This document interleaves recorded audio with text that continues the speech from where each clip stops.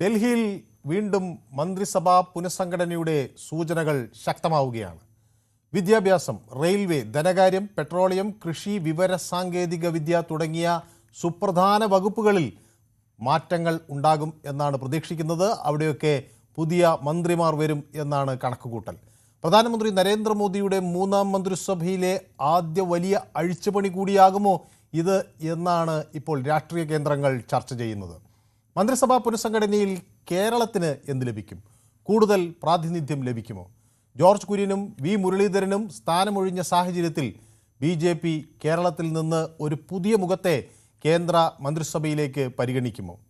വിഴിഞ്ഞം മുതൽ ദേശീയപാത വികസനം വരെ, റെയിൽവേ വികസനം മുതൽ തീരദേശ സംരക്ഷണം വരെ, അങ്ങനെ കേരളത്തിൻ്റെ പിന്തുണയും ഇടപെടലും ആവശ്യമായ നിരവധി വിഷയങ്ങൾ കേരളത്തിന് മുന്നിലുണ്ട്.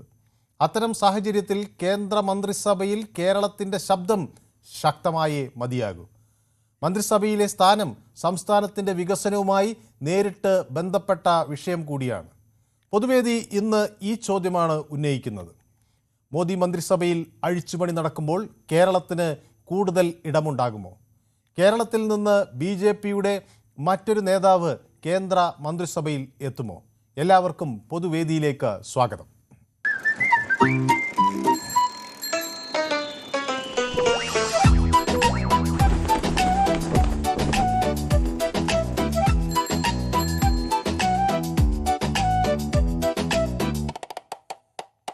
കേന്ദ്രമന്ത്രിസഭയിൽ സമൂലമായ ഒരു അഴിച്ചുപണി ഉണ്ടാകും എന്നാണ് ഇപ്പോൾ ലഭിക്കുന്ന സൂചന. ഇതനുസരിച്ചാണ് കേന്ദ്രമന്ത്രി അമിത്ഷാ നേരത്തെ രാഷ്ട്രപതിയുമായി കൂടിക്കാഴ്ച നടത്തിയത്. രാഷ്ട്രപതി ദ്രൗപദി മുർമുവുമായി കൂടിക്കാഴ്ച നടത്തുമ്പോൾ പുതിയ ഒരു മന്ത്രിസഭാ പുനഃസംഘടനയെക്കുറിച്ചാണ് ചർച്ചകൾ എന്നാണ് ലഭിക്കുന്ന വിവരങ്ങൾ. ഏതായാലും പ്രധാനമന്ത്രി സീഷെൽസ് യാത്ര കഴിഞ്ഞ് മടങ്ങിയെത്തുന്നതോടുകൂടി ഇത് സംബന്ധിച്ചൊരു അന്തിമ ധാരണയുണ്ടാകും എന്നാണ് ഏറ്റവും പുതിയ വിവരങ്ങൾ. കേന്ദ്ര മന്ത്രിസഭാ പുനഃസംഘടനയിൽ കേന്ദ്ര വിദ്യാഭ്യാസ മന്ത്രി ധർമ്മേന്ദ്ര പ്രധാൻ, പെട്രോളിയം വകുപ്പ് മന്ത്രി ഹർദീപ് സിംഗ് പുരി തുടങ്ങിയവർ ഈ സ്ഥാനങ്ങളിൽ നിന്ന് മാറിയേക്കും എന്നൊരു സൂചനയുണ്ട്. പ്രത്യേകിച്ച് ഈ ഹർദീപ് സിംഗ് പുരി അവിടെ നിന്ന് മാറുമ്പോൾ ഇനി ഒരു സിഖ് മുഖം BJPയുടേത് ആരാകും മന്ത്രിസഭയിൽ എന്ന ഒരു സുപ്രധാന ചോദ്യം അവിടെയുണ്ട്. ശിവസേന ഷിൻഡെക്കും അതുപോലെ തൃണമൂലിൽ നിന്ന് മാറി വന്നിട്ടുള്ള ആളുകൾക്കും മന്ത്രിസഭയിൽ എന്ത് പ്രാതിനിധ്യം നൽകും എന്ന് ഒരു കാര്യം ചർച്ചയാകുന്നു. അതുപോലെ AAP വിട്ട് BJPയിലെത്തിയ രാഘവ് ചദ്ദ, അതുപോലെ അശോക് മിത്തൽ എന്നിവർക്ക് എന്ത് സ്ഥാനം നൽകും? ഇവർ മന്ത്രിസഭയിൽ ഉണ്ടാകും എന്നാണ് കണക്കാക്കുന്നത്.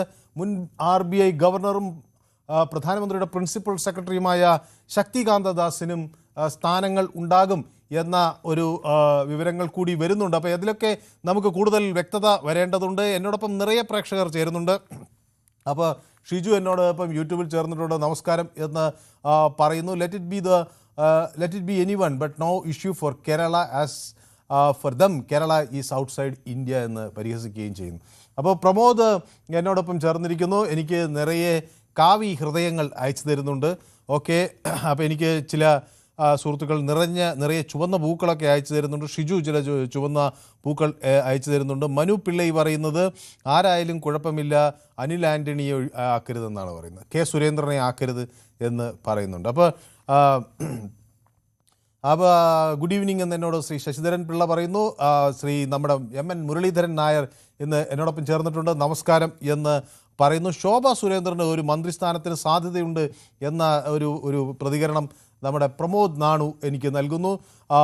മനുവിന് നമസ്കാരം എന്ന് സുനിൽ എനിക്ക് ചുവന്ന ഹൃദയങ്ങൾ അതുപോലെ ഒരു നമസ്കാരമൊക്കെ അയക്കുന്നുണ്ട്. അപ്പോൾ ഫാദർ സാമുവൽ എന്നോടൊപ്പം കോഴിക്കോട് നിന്ന് ടെലിഫോൺ ലൈനിലും ചേർന്നിട്ടുണ്ട്. ഫാദർ സാമുവൽ പ്രതീക്ഷിക്കുന്നുണ്ടോ കേരളത്തിൽ ഒരു മന്ത്രിയെ കൂടി ലഭിക്കും എന്ന്? Good evening father Samuel. കേന്ദ്രത്തിലേക്ക് കേരളത്തിൽ ഒരു മന്ത്രിയെ കിട്ടി അത്രയും നല്ലത്. പക്ഷേ മന്ത്രി ആരാകുന്നോ പ്രാപ്തനായിരിക്കണം, അല്ലെ പ്രാപ്തിയായിരിക്കണം. കേരളത്തില് ജനങ്ങളുടെ വികാരം മനസ്സിലാക്കി പ്രവർത്തിക്കുവാൻ തക്കവണ്ണം, ജനങ്ങൾക്ക് പ്രയോജനമായ കാര്യം ചെയ്യാൻ തക്കവണ്ണം പ്രാപ്തരായവർ വേണം കേന്ദ്രമന്ത്രിസഭയിലേക്ക് വരാൻ തക്കവണ്ണം. അങ്ങനെ നമ്മുടെ കേരള BJPയിൽ ആരുണ്ടെന്നാണ് അങ്ങ് വിചാരിക്കുന്നത്? BJPയിൽ ഇപ്പോ ആരുമില്ലേ? ശോഭയുണ്ട്, പിന്നെ വേറെ ആരാണ് എനിക്ക് അങ്ങനെ വ്യക്തമായിട്ട് പറയാൻ പറ്റില്ല. ശരി. ഏതായാലും കേന്ദ്ര വിദ്യാഭ്യാസ മന്ത്രിയെ പോലെ ആകരുത്. കാരണം പ്രശ്നം വന്നപ്പോ കൈകാര്യം ചെയ്യാൻ തക്കവണ്ണം അദ്ദേഹത്തിന് സാധിച്ചില്ല. പക്ഷെ അവര് പറയുന്നത് നന്നായി കൈകാര്യം ചെയ്ത് ഇപ്പൊ പരീക്ഷ വീണ്ടും നടത്തിയപ്പോൾ വൃത്തിയായി നടത്തിയെന്നല്ലേ പറയുന്നത്. അതൊക്കെ പിന്നീട് എത്ര കുട്ടികൾക്ക് വിഷമം വരുത്തി. കുറച്ച് കുട്ടികൾ സൂയിസൈഡ് ചെയ്തില്ലേ? അപ്പൊ അത് ആദ്യം തന്നെ ശ്രദ്ധിക്കേണ്ടതായിരുന്നു. അവിടെ ഒരു വീഴ്ച സംഭവിച്ചു. പിന്നെ ആദ്യം ശ്രദ്ധിക്കേണ്ടതായിരുന്നു അതൊക്കെ. അങ്ങനെ ഒരു അവസ്ഥ വരാൻ പാടില്ല. ശരി, ഓക്കെ, വ്യക്തമാണ് താങ്കളുടെ അഭിപ്രായം. ഫാദർ സാമുവലാണ് എന്നോടൊപ്പം കോഴിക്കോട് നിന്ന് ചേർന്നത്. ഡോക്ടർ MP മണി എന്നോടൊപ്പം ചേരുന്നു. മന്ത്രിമാർ ആകുന്നവർ തങ്ങളുടെ തന്ത്രിമാർ ആകുന്നവർ മന്ത്രിമാർ ആകുന്നവർ തന്ത്രങ്ങളും തന്ത്രിമാർ ആവുന്നവർ മന്ത്രങ്ങളും ഇനിയെങ്കിലും പഠിക്കണം എന്നൊരു പഴയകാല ശാസ്ത്ര സാഹിത്യ പരിഷത്ത് പ്രവർത്തകൻ എന്ന നിലയിൽ പറയാൻ തോന്നുന്നു. അപ്പോൾ മന്ത്രിമാർ പലതരം തന്ത്രങ്ങൾ പഠിക്കുകയും തന്ത്രിമാർ പലതരം മന്ത്രങ്ങൾ പഠിക്കുകയും വേണം എന്നാണ് പറയുന്നത്. അപ്പോൾ എല്ലാ തന്ത്രിമാർക്കും മന്ത്രങ്ങൾ അറിയുന്നില്ല വെച്ചാൽ അതൊക്കെ നിങ്ങൾക്കറിയാവുന്നതാണ്. കോടതി പോലും പരിഹസിക്കുന്ന സാഹചര്യങ്ങളൊക്കെ ഉണ്ടായി. അപ്പോൾ മന്ത്രിമാർക്ക് പക്ഷേ പലർക്കും തന്ത്രങ്ങൾ അറിയാം. ശ്രീ ഡോക്ടർ MP മണി, ഞാൻ നോക്കിയിട്ട് പല മന്ത്രിമാരും വളരെ തന്ത്രശാലികളാണ്. പക്ഷേ ഈ പണ്ടത്തെ ഒരു ഈ കവലച്ചട്ടമ്പിത്തരം കൊണ്ടും അല്ലെങ്കിൽ നാടൻ തന്ത്രങ്ങൾ കൊണ്ടും ഒന്നും പിടിച്ചു നിൽക്കാൻ ഇനി കഴിയും എന്ന് തോന്നില്ല. കാരണം നമ്മൾ വലിയ വികസനത്തിൻ്റെ യുഗത്തിലേക്കാണ് പോകുന്നത്. അപ്പോൾ വികസനത്തെക്കുറിച്ച് കൃത്യമായ കാഴ്ചപ്പാടുള്ള ദീർഘദൃഷ്ടിയുള്ള ദൂരവ്യാപകമായ പ്രത്യാഘാതങ്ങളെക്കുറിച്ചൊക്കെ നേരത്തെ കൂട്ടി മനസ്സിലാക്കാൻ കഴിയുന്ന ഒരു വിദഗ്ധരുടെ ഒരു നേതൃത്വത്തിന് മാത്രമേ ഒരു രാജ്യങ്ങളെ നയിക്കാൻ കഴിയൂ എന്ന കാര്യത്തിൽ തർക്കമില്ല. ആർക്കും കയറി വന്ന് സ്ഥാനങ്ങളിലിരിക്കാം എന്ന സാഹചര്യം വന്നാൽ അത് വലിയ അപകടങ്ങളിലേക്ക് നീങ്ങും എന്നാണ് മനസ്സിലാകുന്നത്. അതേസമയം ഈ സാങ്കേതികമായ ഒരു പരിജ്ഞാനമുള്ള ആളുകൾ അതാത് മേഖലകളിൽ വരുമ്പോൾ അതിൽ ആ വിഷയത്തിൽ അങ്ങേറ്റത്തെ അവഗാഹമുള്ള ആളുകൾ ആ വകുപ്പുകൾ കൈകാര്യം ചെയ്യുമ്പോൾ അവിടെ നമുക്ക് വ്യക്തമായ മാറ്റം പലയിടത്തും കാണാൻ കഴിഞ്ഞിട്ടുണ്ട്. അപ്പോൾ അങ്ങനെയുള്ള ആ വിഷയം കൃത്യമായി അറിയാവുന്ന ആളുകൾ, അതോടൊപ്പം തന്നെ ഫാദർ സാമുവൽ സൂചിപ്പിച്ച പോലെ ജനങ്ങളുടെ ആശാഭിലാഷങ്ങളൊക്കെ അറിയുന്ന ആളുകൾ വന്നാൽ അത് വളരെ നന്നായിരിക്കും എന്ന കാര്യത്തിൽ സംശയമില്ല. അപ്പോൾ എന്നോടൊപ്പം ശ്രീദേവി ചേർന്നിട്ടുണ്ട് കേട്ടോ. ശ്രീദേവിക്ക് നമസ്കാരം. എനിക്ക് ചുവന്ന ഹൃദയവും ഒക്കെ അയക്കുന്നുണ്ട്. Thank you Sreedevi. അപ്പോൾ ശ്രീ രാധാകൃഷ്ണൻ ചാത്തന്നൂർ ഇടതുപക്ഷക്കാരനാണ്, CPI-കാരനാണ്. ശ്രീ രാധാകൃഷ്ണൻ ചാത്തന്നൂർ, BJPക്ക് ഒരു മന്ത്രിയെ കൂടി ഇവിടെ നിന്ന് കിട്ടുമോ BJP സംസ്ഥാന ഘടകത്തിന്? ഉള്ള കാര്യമാണോ ഉദ്ദേശിച്ചത്? കേന്ദ്ര സർക്കാരിലേക്കുള്ള കാര്യം? അതെ, കേന്ദ്ര സർക്കാരിലാണ്. ഇവിടെ മന്ത്രിയാകാൻ സാധ്യതയില്ലല്ലോ. ഞാനങ്ങനെ അതിശയോക്തി ചോദിച്ചതിന് കാരണം ഇവിടെ ഈ 102 സീറ്റാണെങ്കിലും 105 സീറ്റോടെ BJP ഭരിക്കുന്ന ഒരു പ്രതീതിയാണെന്നാണ് ഇവിടെ BJP-കാർ പറയുന്നത്, ഞങ്ങളല്ല. ശരി. അപ്പൊ അതവിടെ നിൽക്കട്ടെ. അപ്പൊ ഇവിടെ കേന്ദ്രത്തിൽ ഇവിടെ മുൻപ് എന്തോ ജോർജ് കുര്യനല്ല O രാജഗോപാലിന്റെ കാലം മുതൽ ഇങ്ങോട്ട് കേന്ദ്രത്തിലേക്ക് ഒരു സഹമന്ത്രി ഉപമന്ത്രിയൊക്കെ തന്നിട്ടുണ്ടല്ലോ. ഇപ്പൊ സുരേഷ് ഗോപിയൊക്കെ തന്നു. അദ്ദേഹം സത്യത്തില് ഞാനൊരു ഇടതുപക്ഷക്കാരനായതുകൊണ്ട് പറയുകയാണെന്ന് ശ്രീ മനു തെറ്റിദ്ധരിക്കരുത്. താങ്കൾക്ക് തന്നെ ഒരു ഫീല് വന്നിട്ടുണ്ട്. കാരണം സുരേഷ് ഗോപി എന്ന് പറയുന്ന ആള് തെരഞ്ഞെടുപ്പിൽ ജയിച്ച് കേന്ദ്രമന്ത്രി ആകുന്നതിന് മുന്നേ ഉള്ള ഒരു ആവേശം ഇപ്പോൾ പിന്നെ സുരേഷ് ഗോപിക്ക് ഉണ്ട് എന്ന് ശ്രീ മനുവിന് ആത്മാർത്ഥമായി നെഞ്ചത്ത് കൈവച്ച് പറയാൻ കഴിയുമോ? കഴിയത്തില്ല. കാരണം അദ്ദേഹം അധികാരത്തിൽ വരുന്നതിന് മുമ്പ് പറഞ്ഞ് ഞങ്ങൾ ഇവിടെ എയിംസ് കൊണ്ടുവരും, ഇവിടെ പിന്നെ എന്തോ ബോഗി കമ്പനി കൊണ്ടുവരും, ട്രെയിനിന്റെ ബോഗി ഉണ്ടാക്കുന്ന കമ്പനി ഉണ്ടാകും. എപ്പോഴും വായി നിൽക്കുന്ന പേരാണെങ്കിൽ ആവശ്യത്തിന് വരുമ്പം വിനിയോഗിക്കുന്ന അപ്പോൾ പിന്നെ എന്തെന്നാ മെമു ഷെഡ് കൊണ്ടുവരും. അങ്ങനെ എന്തെല്ലാം കാര്യങ്ങൾ അദ്ദേഹം പറഞ്ഞിട്ട് ഇത്രയും വർഷമായിട്ട് എന്തെങ്കിലും ചെയ്യാൻ അത്ര നാളായിട്ട് കഴിഞ്ഞോ? പിന്നെ ഒരു സുരേഷ് ഗോപിയുടെ ഇപ്പോൾ ഒരു കേന്ദ്ര ഉപമന്ത്രി സഹമന്ത്രി ഇതൊക്കെ ഏതെങ്കിലും ഒന്ന് വന്നിട്ട് എന്താ കാര്യം? ഒരു ഗുണവും ഉണ്ടോ? അത് സംബന്ധിച്ചിടത്തോളം BJP-യുടെ ഒരു മന്ത്രി ഇവിടെ വന്നാലും കേരളത്തിന് പ്രത്യേകിച്ച് ഗുണമൊന്നുമില്ല, വന്നില്ലെങ്കിൽ പ്രത്യേകിച്ച് ഗുണമൊന്നുമില്ല എന്നുള്ളതാണ് എനിക്ക് ഈ അവസരത്തിൽ പറയാനുള്ളത്. ഒരു മന്ത്രിയെ കിട്ടിയിട്ട് പ്രത്യേകിച്ച് ഒരു ഗുണവും ഉണ്ടാകില്ല എന്നാണ് താങ്കൾ. ബഹുമാനപ്പെട്ട ശ്രീ മനു പറയൂ. അദ്ദേഹത്തിന്റെ ആവേശം, അദ്ദേഹം റോഡ് നീളെ നടന്ന് കൈനീട്ടം കൊടുക്കുകയും വിഷു കൈനീട്ടം കൊടുക്കുകയും ഒക്കെ ചെയ്ത് അദ്ദേഹം വളരെ ആവേശത്തിലായിരുന്നു. ഇപ്പൊ അദ്ദേഹം സത്യത്തില് താമസിച്ച് എന്റെ അഭിപ്രായത്തിൽ സുരേഷ് ഗോപി രാഷ്ട്രീയ പ്രവർത്തനം അവസാനിക്കുന്നുള്ളതാണ്. കാരണം അതേപോലെ ആണല്ലോ പുതിയ മന്ത്രി വന്നാല്. ഇപ്പൊ ജോർജ് ഫെർണാണ്ടസ്, അതിനുമുമ്പ് ഒരു പാവപ്പെട്ട ഒരാളെ എന്തൊരു ബഹളമായിരുന്നു. ആരാന്തോ നമ്മളെ പിന്നെ ഇടതുപക്ഷത്തിൽ നിന്ന് ഇടതുപക്ഷ MLA ആയിട്ട് മാറി വന്ന അൽഫോൺസ് കണ്ണന്താനം അടക്കം അവർ എന്ത് ശ്രീ മനു ഒരു കാര്യം എടുത്തു പറയൂ. അൽഫോസ് കണ്ണന്താനം ഇവിടെ പിന്നെ കേന്ദ്രമന്ത്രി ജോർജ് കുര്യൻ കേന്ദ്രമന്ത്രിയായിട്ട് 2 കൊല്ലം കഴിഞ്ഞെന്ന് എനിക്ക് തോന്നുന്നത്. മനു ഒരു കാര്യം, നിങ്ങൾ പത്രപ്രവർത്തനം ഒരു കാര്യം എടുത്തു പറയും, എന്താണ് ഈ കേരളത്തിന് വേണ്ടി കേന്ദ്രമന്ത്രിമാരോട് ചെയ്ത് ഒരു പോയിന്റ് എടുത്ത് പറയൂ. ഞങ്ങൾക്ക് പറയാൻ പറ്റില്ല സർക്കാർ അവര് കുറെ കാര്യങ്ങൾ അവകാശപ്പെടുന്നുണ്ട് കേട്ടോ, ന്യൂനപക്ഷ മന്ത്രി എന്ന അവകാശപ്പെട്ട കാര്യമുണ്ടോ? പുസ്തകത്തിലെ പശു പുല്ലു എന്നത്തില്ല. മനുവിന് പറയാൻ കഴിയും. ഈ സുരേഷ് ഗോപി എന്ന് പറയുന്നത് minister for petroleum and natural gas ആണ്. അദ്ദേഹത്തിന് ഇപ്പൊ എന്ത് ചെയ്യാൻ കഴിയും? പെട്രോൾ തന്നെ കിട്ടാൻ ഉണ്ടോ എന്ന ആശങ്ക ഇങ്ങനെ വ്യാപിച്ചുകൊണ്ടിരിക്കുകയാണ്. പെട്രോൾ ടൂറിസം വേണമെങ്കിൽ അദ്ദേഹത്തിന് കുറെ പദ്ധതികളൊക്കെ അദ്ദേഹം കൊണ്ടുവരാൻ ശ്രമിക്കുന്നു എന്നാണ് പറഞ്ഞത്. എയിംസ് കൊണ്ടുവരാന്ന് പറഞ്ഞാൽ അത് അദ്ദേഹത്തിന്റെ കയ്യിലിരിക്കുന്ന സാധനമല്ലോ. അദ്ദേഹത്തിന് നമ്മളെ പോലെ അപേക്ഷിക്കാനല്ലേ പറ്റുള്ളൂ. അല്ല, അദ്ദേഹം വേറെ കാര്യം പറഞ്ഞിട്ടുണ്ട്. ഞാൻ മന്ത്രിയെ എന്റെ വകുപ്പ് മാത്രമല്ല എല്ലാ മനോദ് മറന്നുപോയില്ലെന്ന് എനിക്ക് തോന്നുന്നത്. എല്ലാ വകുപ്പിലും ഞാൻ ഇടപെടും, ഞാൻ അടക്കി ഭരിച്ച് ഞാൻ കൊണ്ടുതരുമെന്ന് പറഞ്ഞത് മനോദ് മറന്നുപോയോ? ഇല്ല ഇല്ല ഇല്ല. അതാണ്. അപ്പൊ ഞാൻ ഏത് കേന്ദ്രമന്ത്രി ആയിക്കോട്ടെ, ഞാൻ എല്ലാത്തിൽ നിന്നും അടക്കി ഭരിച്ച് ഞാൻ ഇവിടെ കൊണ്ടുവന്ന് ഒരു ഷിറ്റൊക്കെ അടിച്ച് ഒന്നും നടക്കാൻ പോകുന്നില്ല. കാരണം ജനങ്ങളുടെ ഹൃദയത്തിൽ സ്ഥാനം പിടിക്കുന്ന ഒരു പാവപ്പെട്ടവരെ മനസ്സറിയുന്ന ഒരു സർക്കാരാണ് വേണ്ടത്. അതിപ്പം ഇപ്പൊ തന്നെ ഈ 100 ദിവസമായോ ഇല്ല, 1 മാസം കഴിഞ്ഞതേ ഉള്ളൂ, 1.5 മാസം കൊണ്ട് ജനങ്ങൾ അത് മനസ്സിലാക്കി കഴിഞ്ഞു. ഇവിടെ ആര് വന്നാലാണ് പാവപ്പെട്ടവന്റെ പൾസ് അറിയുന്നത് ആരാണ്? ഇവിടെ തന്നെ നിങ്ങൾ മാധ്യമങ്ങളിൽ തന്നെ ഞാൻ വേറൊരു മാധ്യമം നിങ്ങൾ ഇത് കണ്ടതാണ്. എന്താണ് ആദ്യം ഈ സർക്കാർ വന്നിട്ട് എന്തോ ഒരു ആദർശവാദി ഗാന്ധിജിയുടെ പിന്നെ പ്രതിപുരുഷനായിട്ട് വന്ന അദ്ദേഹം വന്നിട്ട് ആദ്യം ബെക്കാടി കമ്പനിക്ക് വേണ്ടിയാണ് ഒപ്പുവെച്ചത്. പിണറായി സർക്കാരിന്റെ അന്വേഷിച്ച് നോക്കുക. ആദ്യം പാവങ്ങളുടെ ഫയൽ നീക്കാനാണ് പെൻഷന്റെ കാര്യം, അതിനാണ് ഇടതുപക്ഷ സർക്കാർ ഒപ്പിട്ടുകൊണ്ടിരിക്കുന്നത്. ഈ വന്ന ഉടനെ അല്ലെങ്കിൽ കോൺഗ്രസ് വരുമ്പോഴേ അറിയാം, കോർപ്പറേറ്റ് മാനിപ്പി ആദ്യം ഒപ്പിട്ടത് ബെക്കാടി കമ്പനിക്ക് വേണ്ടിയിട്ട്. ഞങ്ങൾക്ക് ചിരിയാണ്, ഞങ്ങളിനി ഒന്നും ചെയ്യേണ്ട. സത്യത്തില് ഈ വലിയ താമസം ജനങ്ങൾ ഇപ്പൊ അബദ്ധം പറ്റിയിരിക്കുക, വലിയ അബദ്ധമായി പോയി. ഒരു പിണറായിയുടെ ശരീര ഫിഗർ കൊണ്ട് ഞങ്ങൾ ഈ കേരളത്തിൽ മൊത്തത്തിൽ ഇടതുപക്ഷം വെറുത്തത് ശരിയായില്ലല്ലോ എന്ന്, ഞങ്ങൾക്ക് അബദ്ധമായി പോയല്ലോ എന്ന് ജനങ്ങൾ ഇപ്പൊ കരഞ്ഞുകൊണ്ടിരിക്കുക. കാരണം ഞങ്ങൾക്ക് തോന്നിയിട്ടുണ്ട് പിണറായിയുടെ ഒരു ശരീര ലക്ഷണം, അദ്ദേഹത്തിന്റെ ചില കടക്ക് പുറത്ത്, ഇതൊക്കെ കൊണ്ട് കേവലം അങ്ങ് ഇടതുപക്ഷത്തെ അങ്ങനെ അങ്ങ് മോശമാക്കിയത് കൊണ്ട് നഷ്ടമാർഗ അനുഭവിച്ചുകൊണ്ടിരിക്കുന്നത് ഈ കൊച്ചു കേരളമല്ലേ. അല്ലാതെ ഇവിടെ കേന്ദ്രമന്ത്രി 12 ഇപ്പൊ തിരുവനന്തപുരത്ത് വി രാജേഷ് മേയറാണ്, വല്ല പുണ്യമുണ്ടോ? അവിടെ ഓവുചാലിന്ന് വെള്ളം പോലും വിടാനുള്ള പ്രാപ്തി ഈ അവിടെ ഇരിക്കുന്ന ഈ അവർക്കില്ല. അവർക്ക് പിന്നെ തോന്നിയ എന്താ കാവിലമ്മയുടെ പേര് സത്യപ്രതിജ്ഞ ചെയ്യാനും ഭാരതം അതൊക്കെ വേണം, സ്വന്തം പാർട്ടിയോട് സ്നേഹവും കൂറുമൊക്കെ വേണം. അവർക്ക് ഒരു പിന്നെ സ്പിരിറ്റ് അല്ലാതെ ജനങ്ങളുടെ ഒന്നും ചെയ്യാൻ ഈ BJP അതുപോലെ തന്നെ UDF കഴിയത്തില്ല. പാവപ്പെട്ടവർ ഇപ്പൊ ഇച്ചിരി മൂല്യച്യുതിയൊക്കെ സംഭവിച്ചെങ്കിലും ഈ ചെങ്കൊടിക്ക് ചുമന്ന കൊടിക്ക് മാത്രമേ ഇവിടെ ഒരു ശാശ്വത പരിഹാരം കേരളത്തിൽ മാറ്റം കൊണ്ടുവരാൻ കഴിയൂ എന്ന് തെളിയിച്ചിട്ടുള്ളതാ. അപ്പൊ ഞാൻ വെറുതെ പറയുന്നതല്ല. മനുവിന് അങ്ങയുടെ പ്രതികരണം കൃത്യമാണ്. അപ്പോൾ നോക്കാം. അപ്പം മറ്റു പ്രേക്ഷകർക്ക് എന്താണ് പറയുന്നത്? ശ്രീ വിജയൻ കൊല്ലത്ത് നിന്ന് എന്നോടൊപ്പം ചേരുന്നുണ്ട്. ശ്രീ വിജയൻ ഇതിനോട് യോജിക്കുന്നുണ്ടോ? ശ്രീ വിജയൻ, പിന്നെ ഇവിടെ എന്തായാലും നമുക്ക് കേന്ദ്രത്തിലേക്ക് ഇവിടുന്ന് കേരളത്തിൽ നിന്ന് ഒരു മന്ത്രി പോകുന്നത് നല്ലതല്ലേ സാറേ? അപ്പൊ എന്നോട് ഒരു പ്രേക്ഷകൻ പറയായിരുന്നു, ഇവിടുന്ന് ആര് പോയിട്ട് ഒരു കാര്യമില്ല, എല്ലാവരും ഇങ്ങനെ. എന്തായാലും അവർക്കത് അങ്ങനെയല്ല പറയാനൊക്കെ. അവരിപ്പോ ഇവിടെ 10 കൊല്ലം ഇടതുപക്ഷം ഭരിച്ചിട്ട് അവരുടെ പാർട്ടിക്കാർക്ക് CPM-ന് CHU-ന് പിന്നെ CPI-ക്ക് AIF-ന് എന്താ സാറേ ടെലിഫോൺ ലൈനിൽ എന്തോ സംഭവിച്ചു. ഓക്കെ, വ്യക്തമാണ്. അപ്പോൾ എന്നോട് പിന്നെ എന്നോടൊപ്പം നമ്മുടെ സുനിൽ കുമാർ ചേർന്നിരിക്കുന്നു. അപ്പോൾ അതോടൊപ്പം തന്നെ സന്തോഷ് പരിപ്പായി എന്നോടൊപ്പം ചേർന്നുണ്ട്. അപ്പോൾ സിനിമാ ശൈലിയിൽ മാസ് ഡയലോഗ് അടിക്കുന്ന സുരേഷ് ഗോപിയെ കേന്ദ്രമന്ത്രിയാക്കിയിട്ട് കേരളത്തിന് ഇതുവരെ എന്ത് ലഭിച്ചു എന്നാണ് സന്തോഷ് പരിപ്പായി എന്നോട് ചോദിക്കുന്നത്. അപ്പോൾ സുരേഷ് ഗോപിയിൽ അദ്ദേഹത്തിന് തൃപ്തിയില്ല എന്നാണ് പറയുന്നത്. Manu, your brilliance of reading comments by avoiding controversies admit you എന്ന് എന്നോട് പറയുന്നു. ഞാൻ കോൺട്രവേഴ്സിയെ എല്ലാം വായിക്കുന്നുണ്ട്, കോൺട്രവേഴ്സിയും ഒക്കെ വായിക്കുന്നുണ്ട്. പക്ഷേ ഞാനായിട്ട് ഒരു രാഷ്ട്രീയ പാർട്ടിയെ ചേർന്ന് പിന്തുണയ്ക്കുന്നില്ല. ആളുകൾക്ക് താല്പര്യമുള്ളവർക്ക് അവരവരുടെ രാഷ്ട്രീയ ആശയം പറയാനാണല്ലോ നമ്മൾ പൊതുവേദി വെച്ചിരിക്കുന്നത്. പിന്നെ എനിക്ക് വല്ലാതെ അങ്ങോട്ട് സംശയം തോന്നുന്ന ചില കാര്യങ്ങൾ ഞാൻ ഡൗട്ടായിട്ട് ചോദിക്കുന്നു എന്നേ ഉള്ളൂ. ഓക്കെ, അപ്പോൾ നമ്മുടെ ശ്രീ കൃഷ്ണൻകുട്ടി എന്നോട് ഒപ്പം ചേർന്നിട്ടുണ്ട്. അദ്ദേഹം ചുവന്ന ഹൃദയം എല്ലാവർക്കും അയച്ചിട്ടുണ്ട്. അപ്പോൾ ശശിധരൻ പിള്ളൈ എന്നോടൊപ്പം ചേർന്നിട്ടുണ്ട്. അദ്ദേഹവും എല്ലാവർക്കും നമസ്കാരമൊക്കെ പറയുന്നുണ്ട്.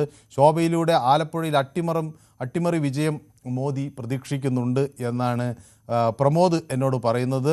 ഒരു പ്രാപ്തനായ മേയറെ തല്ലി കാലൊടിക്കുന്നതായി കേരളം മാറിയോ എന്ന് എന്നോട് അജിത് കുമാർ ശ്രീ ചോദിക്കുന്നു. ആനി രാജിക്ക് സാധ്യതയുണ്ടെന്ന് പരിഹസിക്കുന്നു നമ്മുടെ പ്രമോദ്. അപ്പോൾ പങ്കജാക്ഷൻ നായർ നമ്മുടെ സ്ഥിരം പ്രേക്ഷകനാണ്. അദ്ദേഹം എനിക്ക് ഇതുപോലെ ചുവന്ന ഹൃദയങ്ങൾ അയക്കുന്നുണ്ട്, ചുവന്ന പൂക്കളും അയക്കുന്നുണ്ട്. അപ്പോൾ സുനിൽ കുമാർ പറയുന്നു എയിംസ് വന്നില്ലെങ്കിൽ സുരേഷ് ഗോപി രാഷ്ട്രീയ പ്രവർത്തനം നിർത്തും എന്ന് കഴിഞ്ഞ ദിവസം പറഞ്ഞിട്ടുണ്ട്. നോക്കാം. ഇവിടെ ഒരു ഭരിക്കുന്നവർക്ക് സ്ഥലം ഇതുവരെ കണ്ടുപിടിച്ച് കൊടുക്കാൻ കഴിഞ്ഞിട്ടില്ല എന്നാണ് പറയുന്നത്. ശശിധരൻ പിള്ള പറയുന്നു രാധാകൃഷ്ണൻ ചാത്തന്നൂരിൻ്റെ പാർട്ടി ഇപ്പോൾ ഈച്ചയാട്ടി ഇരിക്കുകയല്ലേ, കേരളത്തിൽ അനുവദിക്കണമെന്ന് ജനം തീരുമാനിച്ചു, അതിന് CPIയുടെ സർട്ടിഫിക്കറ്റ് ആവശ്യമില്ല എന്നൊക്കെയാണ് അദ്ദേഹത്തിൻ്റെ പരിഹാസം. ഓക്കെ, അപ്പോൾ എന്നോടൊപ്പം ശ്രീമതി ജയ കൊല്ലത്തുനിന്ന് ചേരുന്നുണ്ട്. ശ്രീമതി ജയയായിട്ട് സംസാരിച്ചിട്ട് കുറേ ദിവസമായി. ശ്രീമതി ജയ വലിയ തിരക്കിലായിരുന്നു തോന്നുന്നു അല്ലേ? നമസ്കാരം മനു. നമസ്കാരം.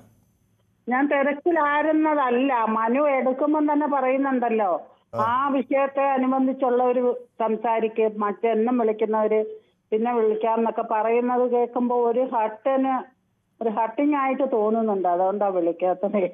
അങ്ങനെയല്ല. അതായത് ശ്രീമതി ജയ പലപ്പോഴും ഒരു വിഷയം വരുമ്പോൾ അതിനെക്കുറിച്ച് അറിയാവുന്ന അല്ലെങ്കിൽ മനസ്സിലാക്കിയതിന് ശേഷമൊക്കെയാണ് സംസാരിക്കുന്നത്. ചിലരിതിൻ്റെ വിഷയം പോലും നോക്കാതെ ചാടിക്കയറി വെറുതെ ഫോൺ ചെയ്ത് എന്തെങ്കിലുമൊക്കെ പറയുന്നൊരു രീതി. പിന്നെ വേറെ ചില ആളുകളെ സംബന്ധിച്ചിടത്തോളം എനിക്കുണ്ടാകുന്ന ഒരു പ്രയാസം, അവർ ഫോൺ ചെയ്താൽ ഉടനെ നമ്മൾ എടുക്കുകയും അവരിലേക്ക് പോകണം എന്ന് പറഞ്ഞ് വാശി പിടിക്കുകയും ചെയ്യും. അപ്പോൾ അത് എനിക്കങ്ങനെ ചെയ്യാൻ പറ്റില്ല. ഇപ്പോൾ കാരണം എന്ന് വെച്ചാൽ ഒരു ലൈൻ അനുസരിച്ചാണല്ലോ ഇത് കണക്ട് ചെയ്യുന്നത്. അപ്പോൾ വേറെ ആളുകൾ സംസാരിച്ചുകൊണ്ടിരിക്കുമ്പോൾ നമ്മൾ ആ 1-2 പേരെ കണക്ട് ചെയ്ത് കൂടി വെക്കും. അപ്പോൾ ഫോൺ എടുത്തില്ലെങ്കിൽ പ്രശ്നം, എടുത്താൽ ഉടനെ സംസാരിക്കാൻ കഴിഞ്ഞില്ലെന്ന പ്രശ്നം. അപ്പം അതുകൊണ്ട് ഞാൻ പറഞ്ഞു എല്ലാ ദിവസവും പ്രതികരിക്കുന്ന ആളുകളാണ്, പിന്നെ ഇന്ന് എനിക്ക് നേരത്തെ പ്രതികരിക്കാൻ പറ്റിയില്ലെന്ന് പറഞ്ഞ് ബഹളം വയ്ക്കുമ്പോൾ മാത്രമേ ഞാനുള്ളൂ. അല്ലാതെ ശ്രീമതി ജയ ഫോൺ വിളിക്കുന്നതിനോട് ഒരു അനിഷ്ടവും എനിക്കില്ല. അല്ല മനു, ഇന്നലെ ഹെഡ്ലൈനായിട്ട് തന്നെ പറഞ്ഞു ട്രിവാൻഡ്രത്തുള്ള ഒരു വിളിക്ക്. അത് നമ്മളിപ്പോൾ കോർപ്പറേഷന്റെ ഒരു കാര്യമാകുമ്പോൾ തിരുവനന്തപുരത്തിലെ ആളുകൾക്ക് കൂടുതൽ അവസരം കൊടുക്കണമെന്നാണ് ഞാൻ വിചാരിക്കുന്നത് അല്ലേ? ഇപ്പൊ കൊല്ലത്തിന്റെ ഒരു കാര്യം പറയുമ്പോൾ ഇത് ഞാൻ പറയട്ടെ, മോദി മന്ത്രിസഭയിൽ അടുത്ത മലയാളിയായിട്ട് ആരെയും വേണ്ട, എന്തോ പ്രയോജനം അവര് പോയിട്ട്. സുരേഷ് ഗോപി പോയി, ജോർജ് കുര്യൻ പോയി, എന്തെങ്കിലും പ്രയോജനം നമുക്കുണ്ടായോ? അതുകൊണ്ട് വേറെ ആരും ഇനിയിപ്പോ മലയാളി സഹമന്ത്രിയായിട്ട് പോകേണ്ട കാര്യമില്ല. പിന്നെ MP-മാരെ ആരെങ്കിലും മന്ത്രിയാക്കാനായിട്ട് മലയാളികൾ ഇല്ലാതാനും. അതുകൊണ്ട് ഇപ്പൊ ഈ ഒരു ക്യാപ്ഷന് എനിക്കുത്തരം അതാണ്, മലയാളികളെ വിടേണ്ട ഒരാവശ്യവും ഇല്ല. സഹമന്ത്രിയായിട്ട് ചുമ്മാ അവിടെ പോയിരുന്ന കാറ്റും കൊണ്ട് വെള്ളവും കുടിച്ചിട്ട് വരുന്ന എന്തിനാ? അതാണ് എൻ്റെ ഒരു അഭിപ്രായം. അപ്പോൾ ഇവിടുന്ന് ആരും പോയിട്ട് കാര്യമെന്ന് വെച്ചാൽ BJP ഒരാളെ അയക്കുന്നു, അതുകൊണ്ട് പ്രത്യേകിച്ച് ഒരു നേട്ടവും ഇല്ല. ഇവിടുന്ന് അവിടെ പോകുന്നു, അവിടെ കാറ്റ് കൊള്ളുന്നു, ഇവിടെ മടങ്ങിയെത്തുമ്പോൾ ഇവിടെയുള്ള ആളുകൾക്ക് ഇങ്ങനെ എസ്കോർട്ട് കൊടുക്കാനും ഒക്കെ വലിയ പ്രയാസമായിരുന്ന ഒരു സാഹചര്യം അല്ലേ കേന്ദ്രമന്ത്രി വരുന്നത്? അതാ എനിക്ക് തോന്നിയത്. അതാണ്, തെറ്റാണെങ്കിൽ ക്ഷമിക്കുക. എന്റെ ഒരു അഭിപ്രായമാണ് ഞാൻ പറഞ്ഞത്. എനിക്ക് അഭിപ്രായമുള്ള ആളാണ്, എന്ത് കാര്യത്തിലും ഞാൻ അഭിപ്രായം പറയും. ഭർത്താവ് എന്താ പറയുന്നത്? ഇതേ അഭിപ്രായം തന്നെയാണോ? ഭർത്താവിന് പിന്നെ എല്ലാരെയും വിടണം എന്നാണ്. കുറെ പേരൊക്കെ ആന്റണി അനൂപ് ആന്റണിയോ അങ്ങനൊക്കെ കുറെ പേരൊക്കെ പറയുന്ന കണ്ട് ഇവിടെ ഇരുന്ന്. ഞാൻ പറഞ്ഞു നിങ്ങളിങ്ങനെ പണി നോക്ക്, ആര് പോയിട്ടും കാര്യമില്ലെന്ന്. പുള്ളി അനൂപ് ആന്റണിയെന്നും പിന്നെ ജോർജ് കുര്യൻ ഇപ്പം മഞ്ഞക്കുടയും പിടിച്ചിങ്ങനെ തിരിച്ചു പോരുന്നല്ലോ. ഒരു കാര്യം അദ്ദേഹം ചെയ്താട്ടെ എനിക്കറിയില്ല. അനിൽ ആന്റണിയെ കുറിച്ച് എന്താ അഭിപ്രായം? അനൂപ് ആന്റണി ഇപ്പൊ ഏതോ വലിയ സ്ഥാനത്ത് ഇരിക്കുകയാണെന്ന് എന്റെ ഭർത്താവ് പറയുന്നത്. എനിക്കറിഞ്ഞൂടെ ഏത് സ്ഥാനമാണെന്ന്. പുള്ളി പറയുന്ന അനിൽ ആന്റണിക്ക് അവിടെ എന്തോ വലിയൊരു സ്ഥാനമുണ്ട്. അദ്ദേഹം അതിന്റെ പേര് പറയുന്നില്ല. പുള്ളിക്ക് ഇപ്പൊ താല്പര്യം അനൂപ് ആന്റണി. പിന്നുണ്ട്, അയ്യോ എന്റെ പൊന്നെ അത് ഞാൻ വന്നു, ശോഭയോട് ഭയങ്കര ഇഷ്ടമാണ് പുള്ളിക്ക്. അല്ല, പൈസ 5000 രൂപയൊക്കെ കൊടുത്തില്ലേ പുള്ളിക്കാരി, അതുകൊണ്ടൊക്കെ ആയിരിക്കും. അപ്പൊ ശോഭ സുരേന്ദ്രൻ ഫാനാണ് ഭർത്താവ് അല്ലേ? അപ്പൊ ശോഭ സുരേന്ദ്രൻ കേന്ദ്രമന്ത്രിയാവുമെന്ന് ഭർത്താവ് പ്രതീക്ഷിക്കുന്നുണ്ടല്ലേ? എന്തോ പ്രയോജനം എനിക്കറിഞ്ഞൂടാ. അതേ ഇങ്ങനൊക്കെ പറയുന്നുണ്ട്, എന്താ കാര്യം അറിഞ്ഞൂടാ. നോക്കാം, നമുക്ക് ഒരുപക്ഷെ ആയിക്കൂടെന്നില്ല കേട്ടോ. അപ്പൊ പിന്നെ തിരിച്ചു പറയും മൂപ്പര്. ഇല്ല പുള്ളി അങ്ങനെ പറഞ്ഞാല് എന്നെ പറ്റി പറയത്തില്ല, എന്നെ പേഴ്സണലി ഒന്നും പറയത്തില്ല. കോൺഗ്രസ് ഒന്നും പറഞ്ഞോണ്ട് വിടരുത് പറയാം. ഞാനൊന്നും മൈൻഡ് ചെയ്യാൻ പോത്തില്ല. ജവഹർലാൽ നെഹ്റുവിനെയും പിന്നെ ഇന്ദിരാഗാന്ധിയെയും രാജീവ് ഗാന്ധിയും ഒക്കെ പറ്റി ഇവർക്കൊക്കെ എന്താ പറയാനുള്ള യോഗ്യതയെന്ന് അപ്പൊ ഞാൻ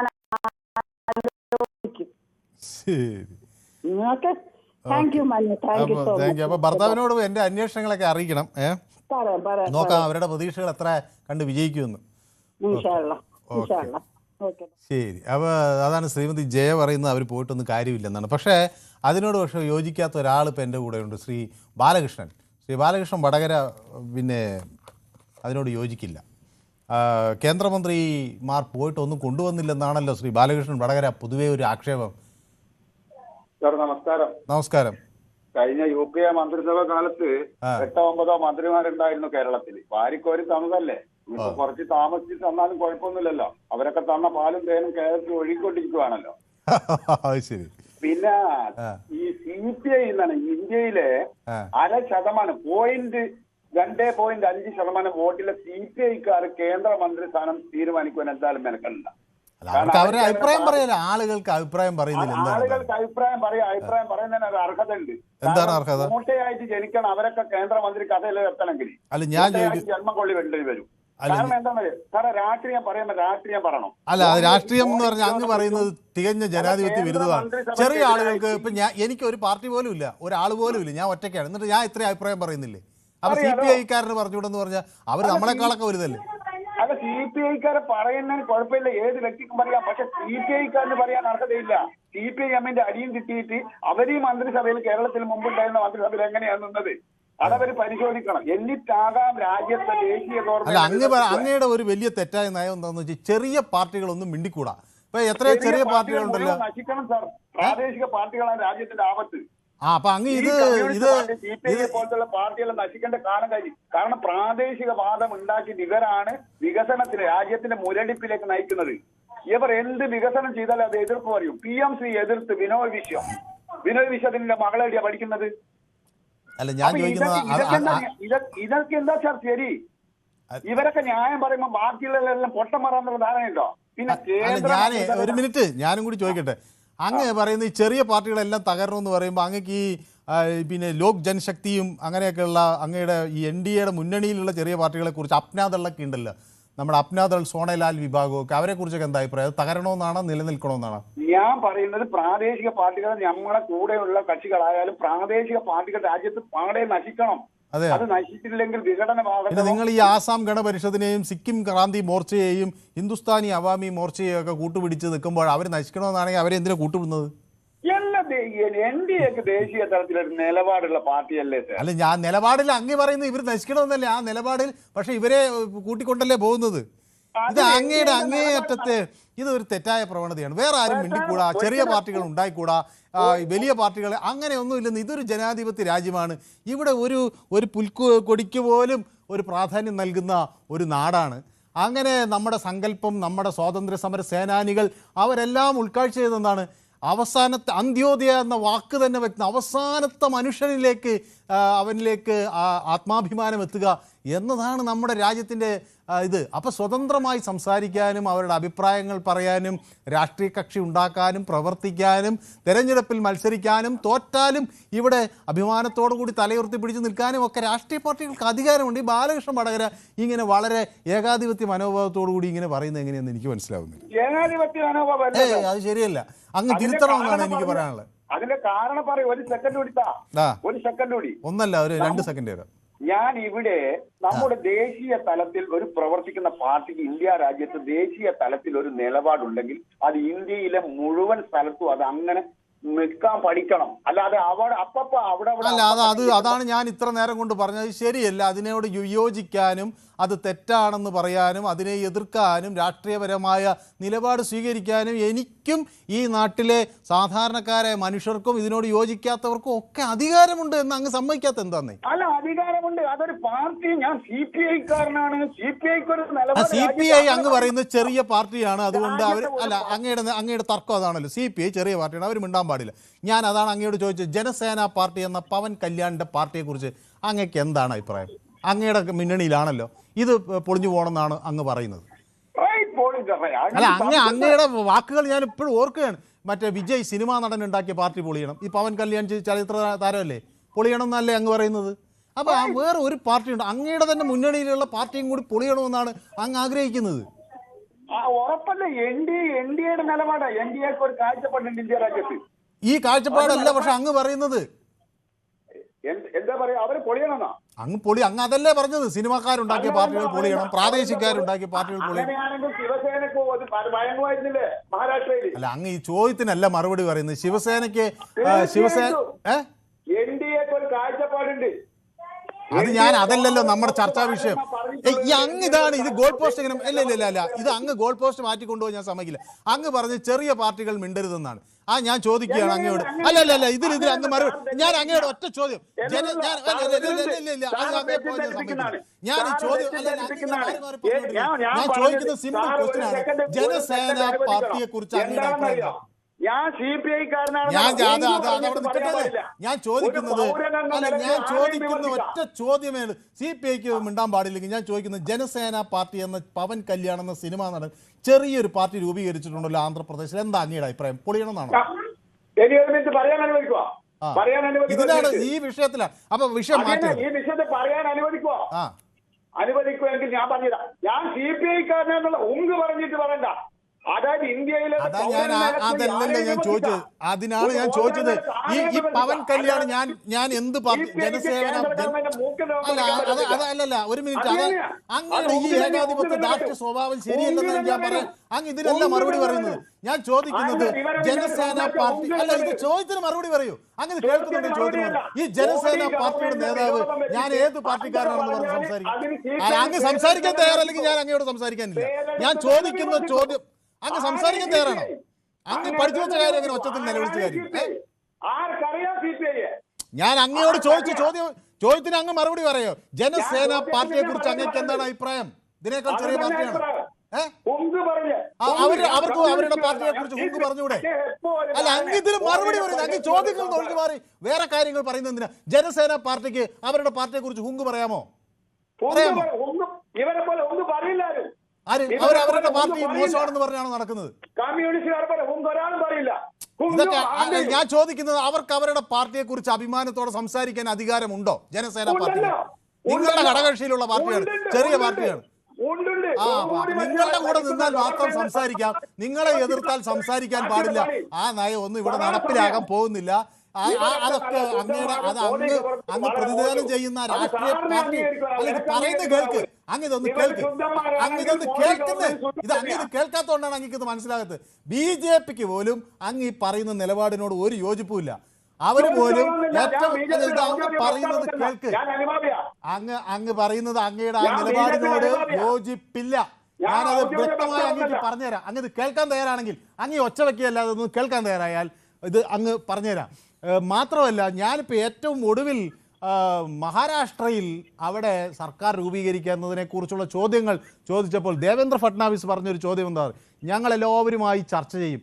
അപ്പോൾ അത്തേവാല എന്ന ഒരു ചെറിയ റിപ്പബ്ലിക്കൻ പാർട്ടിയുടെ ഒരു സീറ്റ് പോലും ഇല്ലാത്ത അവരുമായി കൂടി ചർച്ച ചെയ്തിട്ട് ഞങ്ങളൊരു തീരുമാനമെടുക്കൂ എന്ന് പറഞ്ഞിട്ടുണ്ട് പാർട്ടി.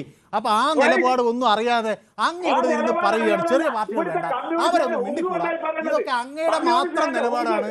ഇത് ഒരു BJP പോലും അംഗീകരിക്കാത്ത നിലപാടാണ്. അത് ശരിയല്ല. അങ്ങ് തിരുത്തിയേ മതിയാകും. അതാണ്. അല്ലെങ്കിൽ അങ്ങക്ക് ജനാധിപത്യ ബോധമില്ലെന്ന് പൊതുവേദിയിലെ ആളുകൾ വിലയിരുത്തും. ഇത് തിരുത്തണം. കാരണം കമ്മ്യൂണിസ്റ്റുകാരുടെ ഹുങ്ക് വന്നാൽ തിരിച്ചു ഹുങ്ക് വരും. അതിന് ഭയപ്പെടുന്ന കാലം കഴിഞ്ഞു.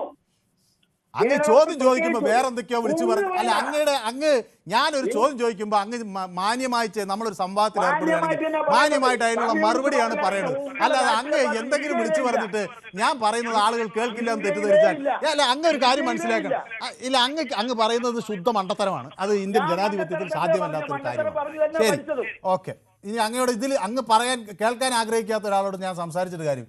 ഓക്കെ, മോഹനൻ എന്നോടൊപ്പം ചേരുന്നു ചോറ്റാനിക്കരയിൽ നിന്ന്. ശ്രീ മോഹനൻ, നമസ്കാരം. നമസ്കാരം. നമസ്കാരം. ഒരു ചൂട് ചർച്ച കഴിഞ്ഞതൊക്കെ വൈകുന്നേരം ചായ കുടിച്ചു കഴിയുമ്പോഴേ വളരെ എനർജറ്റിക് ആവേണ്ടെന്ന് തോന്നുന്നുണ്ട്. അല്ല, എനിക്ക് ഈ ബാലകൃഷ്ണൻ വടകര എനിക്ക് വളരെ ഇഷ്ടമുള്ള ഒരാളാണ്. എനിക്ക് വേണ്ടപ്പെട്ട ആളാണ്. നല്ല കാര്യമാണ്. ആരോഗ്യപരമായ സംവാദങ്ങൾ എപ്പോഴും ആവശ്യമാണല്ലോ. അപ്പോൾ ഞാൻ ബാലകൃഷ്ണൻ വടകരയോട് എനിക്ക് നല്ല സ്വാതന്ത്ര്യമുണ്ട്. അപ്പോൾ അദ്ദേഹം ദേഷ്യപ്പെടുകയൊന്നുമില്ല. ഈ ചർച്ച കഴിഞ്ഞാൽ അദ്ദേഹം പിന്നെയും നാളെയും നമ്മൾ വീണ്ടും സംസാരിക്കും. അപ്പോൾ അതുകൊണ്ട് അങ്ങനെ തന്നെയാണ്, അല്ലാതെ മറിച്ചൊന്നും ചിന്തിച്ചിട്ടുമില്ല. ഓക്കെ. പിന്നെ നമ്മുടെ സംസ്ഥാനത്തെ രാഷ്ട്രീയത്തിലുപരി നമ്മുടെ സംസ്ഥാനത്തിന് ഏത് പാർട്ടിയിലാവട്ടെ മന്ത്രിമാർ വരുവാണെങ്കിൽ നമ്മുടെ കേരളത്തിൽ എന്തെങ്കിലും ഗുണം കിട്ടുവാണെങ്കിൽ കിട്ടട്ടെ എന്തെങ്കിലും ലെവലില്. അതിനാണ് നമ്മൾ ശ്രമിക്കേണ്ടത്. പരമാവധി ചെറുതെങ്കിൽ ചെറുത്, വലുതെങ്കിൽ വലുത് കിട്ടാവുന്നതൊക്കെ. അല്ല, നമുക്ക് വിമർശനങ്ങൾ മാത്രം പോരല്ലോ. എന്തെങ്കിലും ഗുണം ഏത് പാർട്ടിക്കും ചെയ്യട്ടെ. നമ്മുടെ നാട്ടിന് എന്തെങ്കിലും ഗുണം കിട്ടുകയാണെങ്കിൽ, കേരള സംസ്ഥാനത്തിന് എന്തെങ്കിലും ഗുണം കിട്ടുന്ന കാര്യങ്ങളാണെങ്കിൽ അതിനോട് യോജിക്കാന്നുള്ള ഒരു നിലപാടാണ്. അതാണ് നല്ലത് എനിക്ക് തോന്നുന്നു. അപ്പൊ ഞാൻ ചോദിക്കുന്നത്, ശ്രീ മോഹനനോട് ചോദിക്കുന്നത്, നമ്മുടെ കേരളത്തിൽ നമുക്ക് ഒരു പറ്റിയ ഒരു നേതാവ് ആരായിരിക്കും BJP തിരഞ്ഞെടുക്കുക എന്നാണ് അങ്ങ് പ്രതീക്ഷിക്കുന്നത്? നമുക്ക് അതിന് മനു ഞാനൊരു കാര്യം പറയട്ടെ. ഈ തെരഞ്ഞെടുക്കുന്നത് സൂട്ടബിൾ ആളൊന്നും ആയിരിക്കണമെന്നില്ല. അവരുടെ പാർട്ടിയിൽപ്പെട്ട ആരെങ്കിലും കുറച്ച് നാൾ ബുദ്ധിമുട്ട് ഒരാൾക്ക് കൊടുക്കാന്നുള്ളതാണല്ലോ. അല്ലാതെ കഴിവും എബിലിറ്റി നോക്കിയൊന്നും അല്ല എടുക്കുന്നത്. ഇപ്പൊ ഈ പറഞ്ഞ സുരേന്ദ്രൻ അവരുടെ ഇതിൽ നോക്കുകയാണെങ്കിൽ ഇപ്പൊ നമ്മള് സ്ഥിരം പത്രം വായന എല്ലാം TV കാണുന്നതാണെന്നുണ്ടെങ്കിൽ ഇപ്പൊ അവർ BJP ആള് വേണമല്ലോ. വേണമെങ്കിൽ ഇപ്പൊ മിക്കവാറും ജോർജ് കുര്യന് പോയ സ്ഥിതിക്ക് വേണ്ടി അനിലാന്റിന് സാധ്യതയുണ്ട്.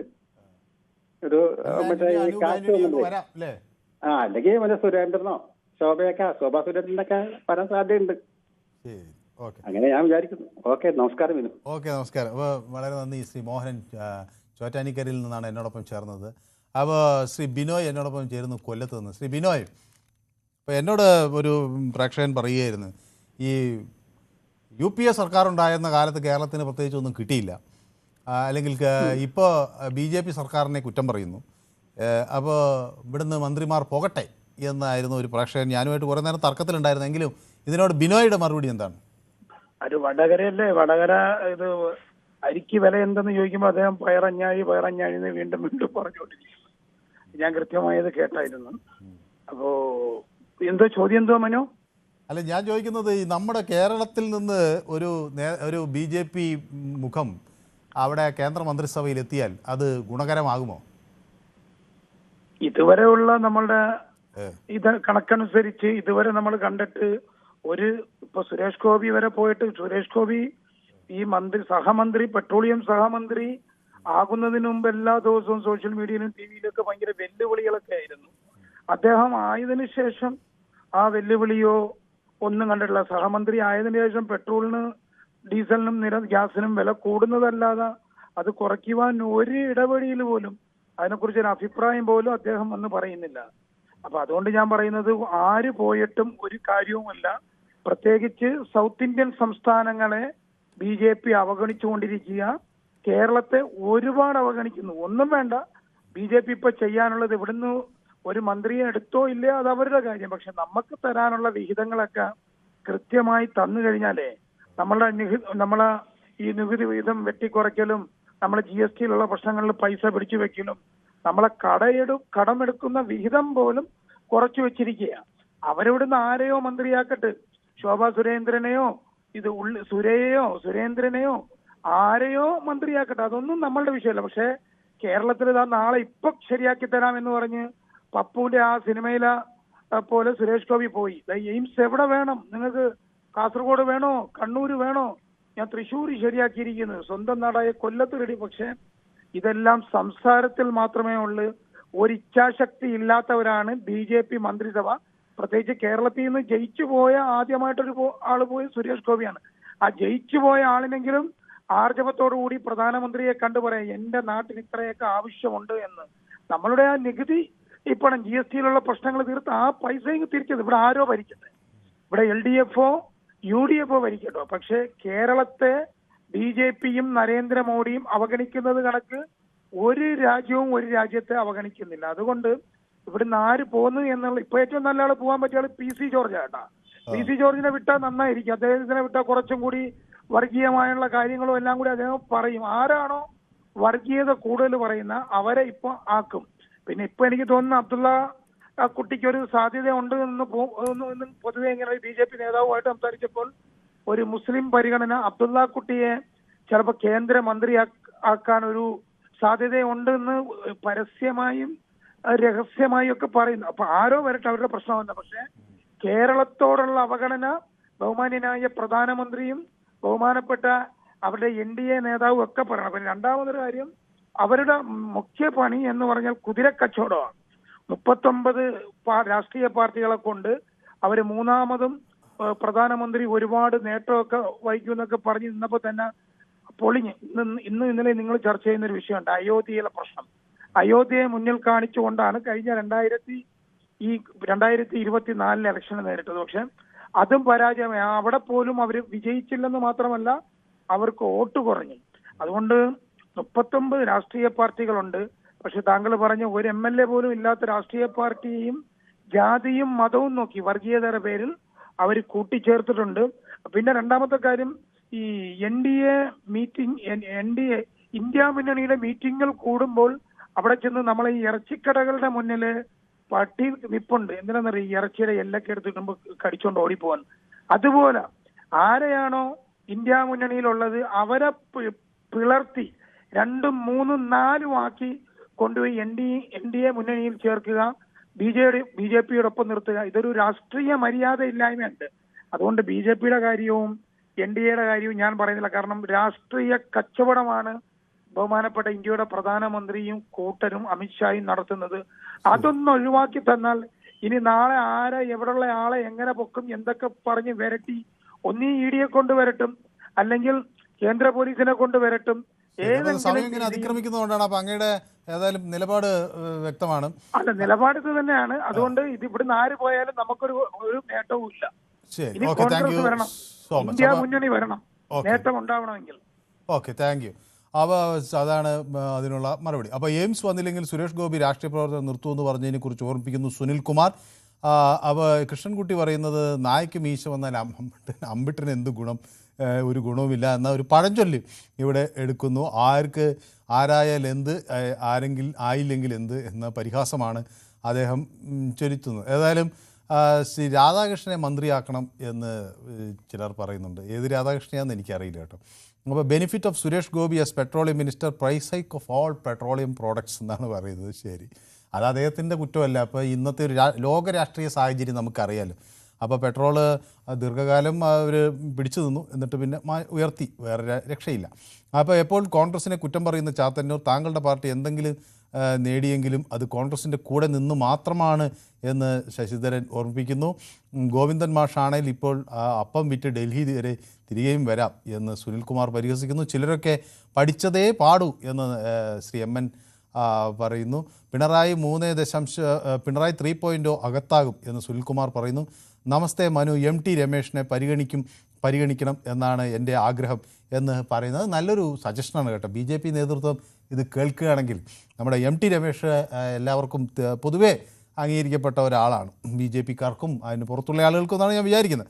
അപ്പോൾ നമ്മുടെ ബ്ലൈറ്റി ഡേയ്സിൻ്റെ ആ സജഷൻ വളരെ നല്ലതാണ്. MT രമേഷിനെ പരിഗണിക്കുമെന്ന് നമുക്കറിയില്ല, പരിഗണിക്കട്ടെ എന്ന് ഞാനും ആഗ്രഹിക്കുകയാണ്. ചാത്തന്നൂരിനെ ആ മഹാനടൻ 100 വർഷമായിട്ട് എന്ത് പഴമാണ് ചെയ്തതെന്ന്. അപ്പോൾ പിണറായി ആദ്യം ഒപ്പിട്ടത് പാവങ്ങളുടെ പെൻഷൻ കുടിശ്ശിക തീർക്കാൻ, സതീശൻ ആദ്യം ഒപ്പിട്ടത് ബെക്കാടി മദ്യക്കമ്പനിയുടെ ലാഭം കൂട്ടാൻ എന്നാണ് ഇത്. അപ്പോൾ നമ്മുടെ പങ്കജാക്ഷൻ നായർ എന്നോടൊപ്പം എനിക്ക് വീണ്ടും ഹൃദയങ്ങളൊക്കെ അയക്കുന്നുണ്ട്. ശ്രീ പങ്കജാക്ഷൻ നായർക്ക് വളരെയധികം നന്ദി. വെളുപ്പാൻ കാലത്ത് മുതൽ കോഴി കൂവുന്നത് വരെ ബാർ തുറന്നു കൊടുത്തത് ആരാണ് ചാത്തന്നൂർ എന്ന് ചോദിക്കുന്നുണ്ട്. അപ്പം നമ്മുടെ ശ്രീ ശശിധരൻ, ഇടതും വലതും കേന്ദ്രം ഭരിച്ചപ്പോൾ കേരളം സ്വർഗരാജ്യമാക്കിയ പാർട്ടി ആളാണ് പറയുന്നത് LDF വന്നാൽ എല്ലാം ശരിയായി എന്ന്. പൊങ്കാലയിട്ട വകയിൽ 1 കോടി എഴുതിയെടുക്കാം എന്ന് മുരളി എന്നോട് പറയുന്നു. അപ്പോൾ നമ്മുടെ ജയകുമാറുണ്ട് എന്നോടൊപ്പം. മലപ്പുറം പോലീസ് സ്റ്റേഷനിൽ 10 പവൻ മോഷണം പോയി എന്ന് പ്രമോദ് പറയുന്നു. എന്താണെന്ന് എനിക്ക് മനസ്സിലായത്. ഓക്കെ, പെട്ടെന്ന് ആയിക്കോട്ടെ, എനിക്ക് വേറെ ചാനൽ കാണാനുള്ള ഇന്നലത്തെ ആ തർക്കത്തെ തമാശയായിട്ട് പറയണം. ഓക്കെ, UPA കാലത്ത് 7-8 മന്ത്രിമാർ ഉണ്ടായിട്ട് കേരളത്തിന് എന്ത് കിട്ടി എന്ന് ചോദ്യം പലരും ഉന്നയിക്കുന്നുണ്ട്. അതോടൊപ്പം തന്നെ എന്നോട് SKC സൗമ്യ എന്നോടൊപ്പം ചേർന്നിട്ടുണ്ട്. Good evening Manu, you spoke sensibly about പൊതുവേദി കോളേഴ്സ് ടു ജയ കൊല്ലം എന്ന് പറയുന്നുണ്ട്. അത് ഞാൻ പലതവണ വ്യക്തമാക്കിയതാണ്. അപ്പോൾ ഒരു വിഷയത്തെക്കുറിച്ച് അറിയാവുന്ന ആളുകൾ അല്ലെങ്കിൽ അതുമായി ബന്ധപ്പെട്ട ആളുകൾ ആ വിഷയം അതിൽ പ്രതികരിക്കുക എന്നുള്ളതാണ്. അപ്പോൾ ഞാൻ കഴിഞ്ഞ ദിവസം അതാണ് പറയുന്നത്, തിരുവനന്തപുരം നഗരസഭയുടെ കാര്യമായതുകൊണ്ട് തിരുവനന്തപുരത്തെ ആളുകൾക്ക് കൂടുതൽ അവസരം കൊടുക്കുക എന്നുള്ളതാണ്. പല ആളുകൾ എന്നോട് പറയുന്നത് അവർക്ക് അവസരങ്ങൾ കിട്ടുന്നില്ല എന്നുള്ളതാണ്. അപ്പോൾ അതുകൊണ്ടാണ് ഞാൻ ചില നിയന്ത്രണങ്ങൾ ചില ദിവസങ്ങളിൽ വെക്കുന്നത്. അതിൻ്റെ അർത്ഥം ആരെങ്കിലും ഒഴിവാക്കാനെന്നല്ല, അത് ഒരു പൊതുവെ എല്ലാവർക്കും കിട്ടാനാണ്. അപ്പോൾ നമ്മൾ പൊതുവേദിയിലേക്ക് കൂടുതൽ ആളുകൾക്ക് വിളിക്കാനും അഭിപ്രായങ്ങൾ പങ്കുവയ്ക്കാനും കഴിയുമ്പോൾ അത് കുറേ കൂടെ വിപുലമാകും എന്നുള്ളത് കൊണ്ടും കൂടിയാണ്. അപ്പോൾ ആരെയും മാറ്റി നിർത്താനല്ല. അപ്പോൾ ശ്രീമതി ജയും നമ്മുടെ പൊതുവേദിയുടെ ഒരിക്കലും മാറ്റി നിർത്താൻ കഴിയാത്ത അവിഭാജ്യ ഘടകമാണ്. അപ്പോൾ എനിക്കൊരു ചെറിയ ഇടവേള ആവശ്യമാണ്. നമ്മുടെ പൊതുവേദി തുടരുകയാണ്. അപ്പോൾ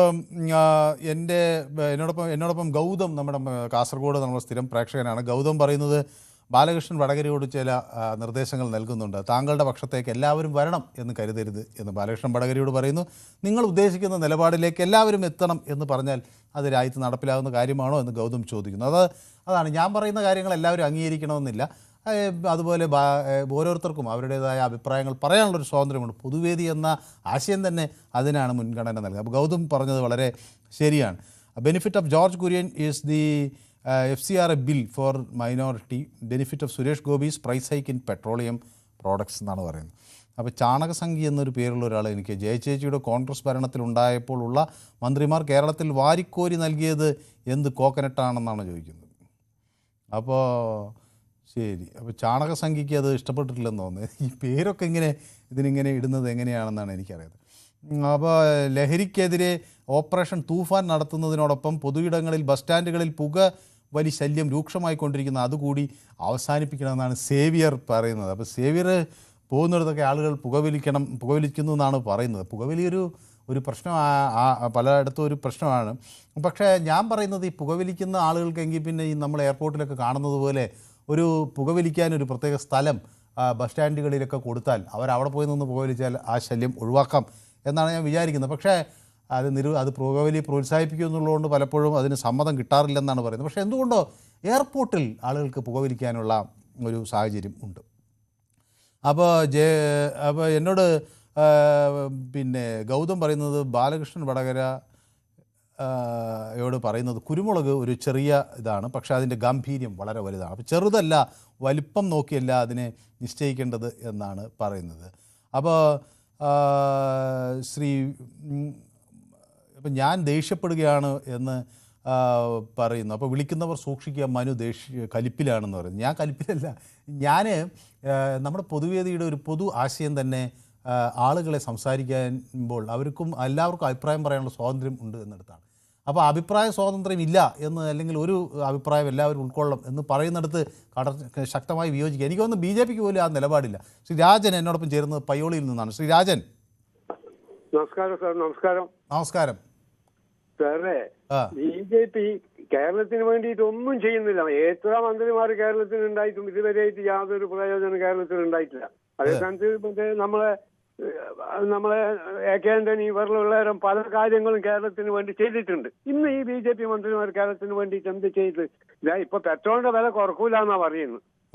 അവർക്ക് പെട്രോൾ കമ്പനിക്ക് ലാഭം ഉണ്ടാക്കാൻ വേണ്ടിയാണ് ഇവർ കൂട്ടുവെക്കുന്നത്. പിന്നെ രണ്ടാമത്, ഇവർ വെറും വഞ്ചന പാർട്ടിയാണ്. BJP എന്ന് പറയുന്ന വഞ്ചന പാർട്ടിയാണ്.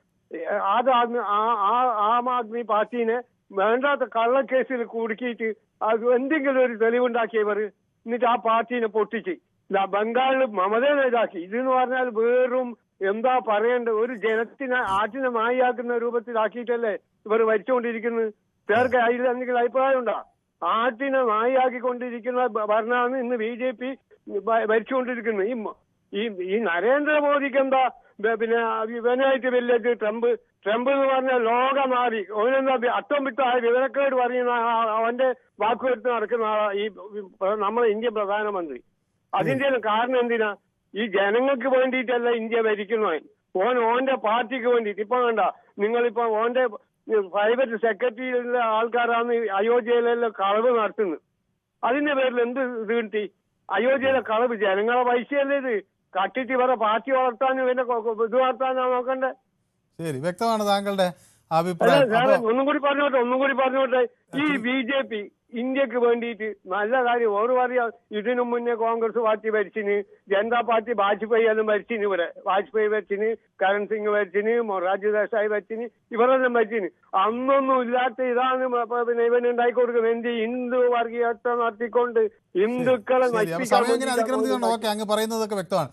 അപ്പോൾ എന്നോട് പിന്നെ പ്രമോദ് പറയുന്നത് ജനസേന പാർട്ടിക്ക് ആന്ധ്രയിൽ സ്വാധീനമുണ്ടെന്നാണ്. അപ്പോൾ എല്ലാ പാർട്ടികൾക്കും എവിടെയെങ്കിലുമൊക്കെ സ്വാധീനമുണ്ട്. ഇപ്പം ഞാൻ ഈ ജനസേന പാർട്ടിയുടെ ഒരു ഉദാഹരണം എടുക്കാൻ കാരണം എന്ന് വെച്ചാൽ, ഞാനും ബാലകൃഷ്ണൻ വടകരയുമായി 2 ദിവസം ഉണ്ടായ തർക്കം. ഒന്ന്, വിജയ് വലുതായിട്ടില്ല, അത് സിനിമാ നടൻ്റെ പാർട്ടിയാണ്, അത് അംഗീകരിക്കേണ്ട കാര്യമില്ല എന്ന് അദ്ദേഹം പറഞ്ഞു. 2 ചെറിയൊരു പാർട്ടികൾ മിണ്ടരുത് എന്ന് അദ്ദേഹം പറഞ്ഞു. അപ്പം ഞാൻ അദ്ദേഹത്തിനൊരു മറുപടി, അല്ലെങ്കിൽ അദ്ദേഹത്തിൻ്റെ നിലപാടിലെ ഒരു പൊള്ളത്തരം കാണിക്കാൻ വേണ്ടിയാണ് ജനസേന പാർട്ടി എടുത്തത്. കാരണം അതിന് ഒരു ചലച്ചിത്ര താരത്തിൻ്റെ കൈയുണ്ട്. മാത്രമല്ല അത് വളരെ ചെറിയൊരു പാർട്ടിയാണ്, എങ്കിലും അത് NDAക്കൊപ്പം നിൽക്കുകയാണ്. അപ്പോൾ അങ്ങനെയുള്ള പാർട്ടിയോട് എന്താണ് നിലപാട് എന്നറിയാൻ വേണ്ടി ഞാൻ ചോദിച്ചാണ്. അപ്പോൾ അങ്ങനെയുള്ള പാർട്ടികൾ ഉണ്ടാകട്ടെ, അവർക്കും സംസാരിക്കാൻ അധികാരമുണ്ട് എന്നത് തന്നെയാണ് എൻ്റെയും നിലപാട്. അത് തന്നെയാണ് NDAയും അങ്ങനെ തന്നെയാണ് പറഞ്ഞിട്ടുള്ളത്. അതുകൊണ്ടാണ് അവരെ കൂടി ഉൾക്കൊള്ളിക്കുകയും ചർച്ചകളിലൊക്കെ അവരും കൂടി പങ്കെടുക്കുകയൊക്കെ ചെയ്യുന്നത്. അപ്പോൾ അല്ലാതെ ഈ ഒരു പാർട്ടിക്കും വന്നുകൂടാ, സിനിമാ താരങ്ങൾക്ക് വന്നുകൂടാ, ഉദ്യോഗസ്ഥർക്ക് വന്നുകൂടാ, ഏതെങ്കിലും മേഖലയിലിരിക്കുന്ന ആളുകൾക്ക് രാഷ്ട്രീയത്തിൽ വന്നുകൂടാ എന്നുള്ള ഒരു നിലപാടിനോട് എനിക്ക് യോജിക്കാനില്ല. രാഷ്ട്രീയവും ഏത് മേഖലയും എല്ലാവർക്കും തുറന്നു വയ്ക്കുന്ന ഒരു സമീപനമാകണം എന്നതാണ് എൻ്റെ നിലപാട്. പ്രമോദ് നാണുവിനോടാണ് എൻ്റെ മറുപടി. അപ്പോൾ എനിക്ക് പ്രത്യേകിച്ച് BJPയോട് വിദ്വേഷമൊന്നുമില്ല കേട്ടോ. എനിക്ക് എല്ലാ പാർട്ടികളോടും സ്നേഹം തന്നെയാണ്. അപ്പോൾ ബാലകൃഷ്ണന് ഇന്ന് മനുവിൻ്റെ നല്ല മെഡിസിൻ എന്നൊക്കെ പറയുന്നുണ്ട്. ഓക്കെ, മെഡിസിൻ ഒന്നല്ല, ഇതൊരു സംവാദമല്ലേ. അപ്പോൾ എന്നോട് നമ്മുടെ ദീപുവിനെ കാണാനില്ല എന്ന് ഉള്ളത് മെയിൻ ഓക്കെ. അപ്പോൾ ദീപുവിൻ്റെ കാര്യങ്ങളൊക്കെ ഇവിടെ ആളുകൾ ചോദിക്കുന്നുണ്ട്. അപ്പോൾ അവരൊക്കെ നമുക്ക് വരാം. അജിത് കുമാർ പറയുന്നു, CPM നല്ല ഭരണം കാഴ്ചവെച്ച സംസ്ഥാനങ്ങളൊക്കെ ഇന്ന് എവിടെ നിൽക്കുന്നു എന്ന് ജനങ്ങൾ കാണുന്നുണ്ട് എന്ന് എന്നോട് പറയുന്നുണ്ട്. ഓക്കെ, മോൻസാക്ക് എന്ന് എത്തിയിട്ടുണ്ട്. കേരളത്തിൽ നിന്ന് മന്ത്രിമാർ ഉണ്ടായിട്ട് വല്ല ഗുണവും ഉണ്ടായിട്ടുണ്ടോ? സുരേഷ് ഗോപിയുടെ എന്ത് കോൺട്രിബ്യൂഷനാണ് ഉള്ളത് എന്ന് പറയുന്നു. ലഹരിക്കെതിരെ ഓപ്പറേഷൻ തൂഫാൻ്റെ കാര്യത്തിനിടയിൽ ഈ പുകവലി നമ്മുടെ സേവിയർ അവിടെ ഉന്നയിച്ചത് വീണ്ടും അദ്ദേഹം ഉന്നയിക്കുന്നു. മമത പൊളിഞ്ഞത് കുതിരക്കച്ചവടമാണോ എന്ന് എന്നോട് പ്രമോദ് നാണു ചോദിക്കുന്നു. I so Abdullah Kutti's public support last time when he came to Ka festival along with Sandeep Warrier എന്ന് പറയുന്നു. ക്രൂഡ് ഓയിലിന് $110 ഒക്കെ അത് ജമ്പ് ചെയ്ത് പോയി. ഈ ഗ്യാസും പെട്രോളും വില കുറഞ്ഞാൽ കൂട്ടിയ ഹോട്ടൽ ഭക്ഷണത്തിൻ്റെ വില കുറച്ചു തരാൻ പറ്റുമോ എന്ന് സുനിൽകുമാർ ചോദിക്കുന്നു. എയിംസിന് സ്ഥലം ഏറ്റെടുത്ത് കൊടുത്തോ എന്ന് ചോദിക്കുന്നു. ഓക്കെ, അപ്പോൾ ഷാജി പറയുന്നത്, എൻ്റെ മനു എന്ത് കാര്യത്തിന് ഒരു കേന്ദ്ര സഹമന്ത്രി കേരളത്തിന് ഒരുപാട് സുരേഷ് ഗോപി ഞാനിപ്പോൾ കേരളത്തിന് എല്ലാം ചെയ്യും, എല്ലാ വകുപ്പിലും കൈയിടും എന്ന് പറഞ്ഞിട്ട് ഒരു കാര്യവും ഇല്ല എന്ന് പറയുന്നു. ബിനോയ് പറഞ്ഞ് അവസാനിപ്പിച്ചത് ഇന്ത്യ മുന്നണി വരണം എന്നാണ് എന്ന് മുരളീധരൻ നായർ എന്നോട് പറയുന്നു. വില കൊടുത്ത് MP-യെയും MLA-യും വാങ്ങി ഭരിക്കുന്ന ഇവന്മാർ ഇവിടെ എന്തുണ്ടാക്കാനാണെന്നാണ് മോൻസാക്ക് എന്നോട് ചോദിക്കുന്നത്. ഓക്കെ, അപ്പോൾ സൂരജ് നെയ്യാറ്റിൻകരയിൽ നിന്ന് എന്നോടൊപ്പം ചേരുന്നു. ശ്രീ സൂരജ്. ഹലോ സാർ, നമസ്കാരം. നമസ്കാരം. ശ്രീ സൂരജ്, നമ്മുടെ ഒരു കേന്ദ്രമന്ത്രി കേരളത്തിൽ നിന്നുണ്ടാകുമെന്ന് പ്രതീക്ഷിക്കുന്നുണ്ടോ വീണ്ടും പുതിയതായി? സാറേ, നമുക്ക് കേന്ദ്രമന്ത്രി മുമ്പ് ഉണ്ടായിരുന്നു, രാജഗോപാൽ എന്ന് പറഞ്ഞിട്ടൊരു സാറുണ്ടായിരുന്നു. രാജഗോപാൽ പാലക്കാട്. പാലക്കാടാണ്, പക്ഷെ തിരുവനന്തപുരത്തൊക്കെ മത്സരിച്ച് നമുക്ക് ഏകദേശം BJP അടുത്ത് വന്നിട്ടുണ്ട്, വിജയത്തോടിന്റെ അടുത്ത് വന്നിട്ടുണ്ട്. ഒരിക്കൽ MLA ആയി. പക്ഷെ പുള്ളി കുറെ കാര്യങ്ങൾ റെയിൽവേ മന്ത്രിയാണ്, റെയിൽവേന്റെ കുറച്ച് കാര്യങ്ങൾ ചെയ്തിട്ടുണ്ട്. അതുകൊണ്ട് പുള്ളിക്ക് ഒരു പേരുണ്ട്. പക്ഷെ അന്ന് യഥാർത്ഥ ഒരു രാഷ്ട്രീയക്കാരനായ വാജ്പേയിയാണ് ഭരിച്ചിരുന്നത്, യഥാർത്ഥ ഒരു ബഹുമാനിക്കപ്പെടുന്ന രാഷ്ട്രീയക്കാരൻ. പക്ഷെ ഇപ്പോൾ ഭരിക്കുന്നത് നാടക നടനാണ്. പക്ഷെ ഇപ്പോഴുള്ള കുറെ കേന്ദ്രമന്ത്രി ആയിട്ടുണ്ട് കുറെ പേര്. അവർക്ക് ഒരു ഉപകാരവും കേരളത്തിന് വേണ്ടി ചെയ്യാൻ കഴിഞ്ഞിട്ടില്ല.